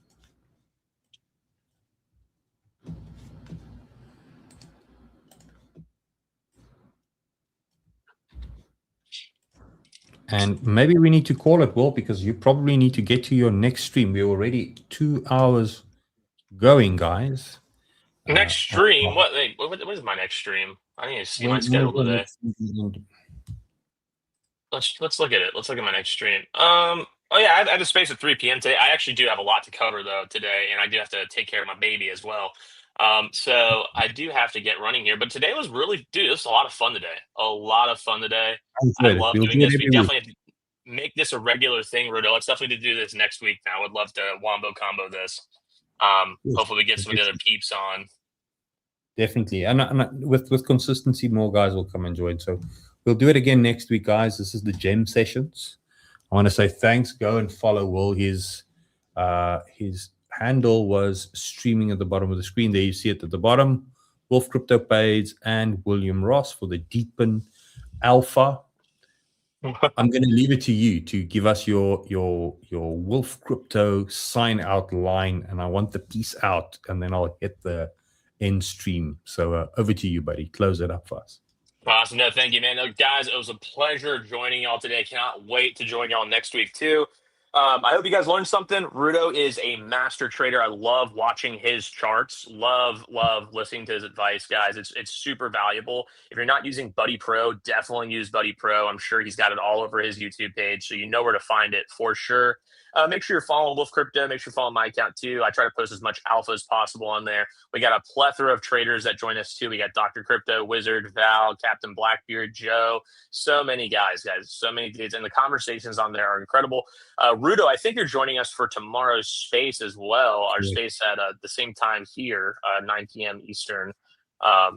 Daylight now. It's EDT, not EST. Now we actually jumped forward because we're Americans and we're weird. We do daylight savings, guys. So just want to say, really appreciate everyone. Thank you so much. Make sure you're following Rudo if you're not already. Make sure you're liking the stream. Make sure you're subscribing, doing all you can, commenting below what tickers you want us to look at next time. But until then, stay safe, stay profitable. We'll catch you guys on the next one. Thank you so much. And then where's the peace out? Come on, you forgot it. I was actually waiting for you to say it, but I'll say it. Peace out.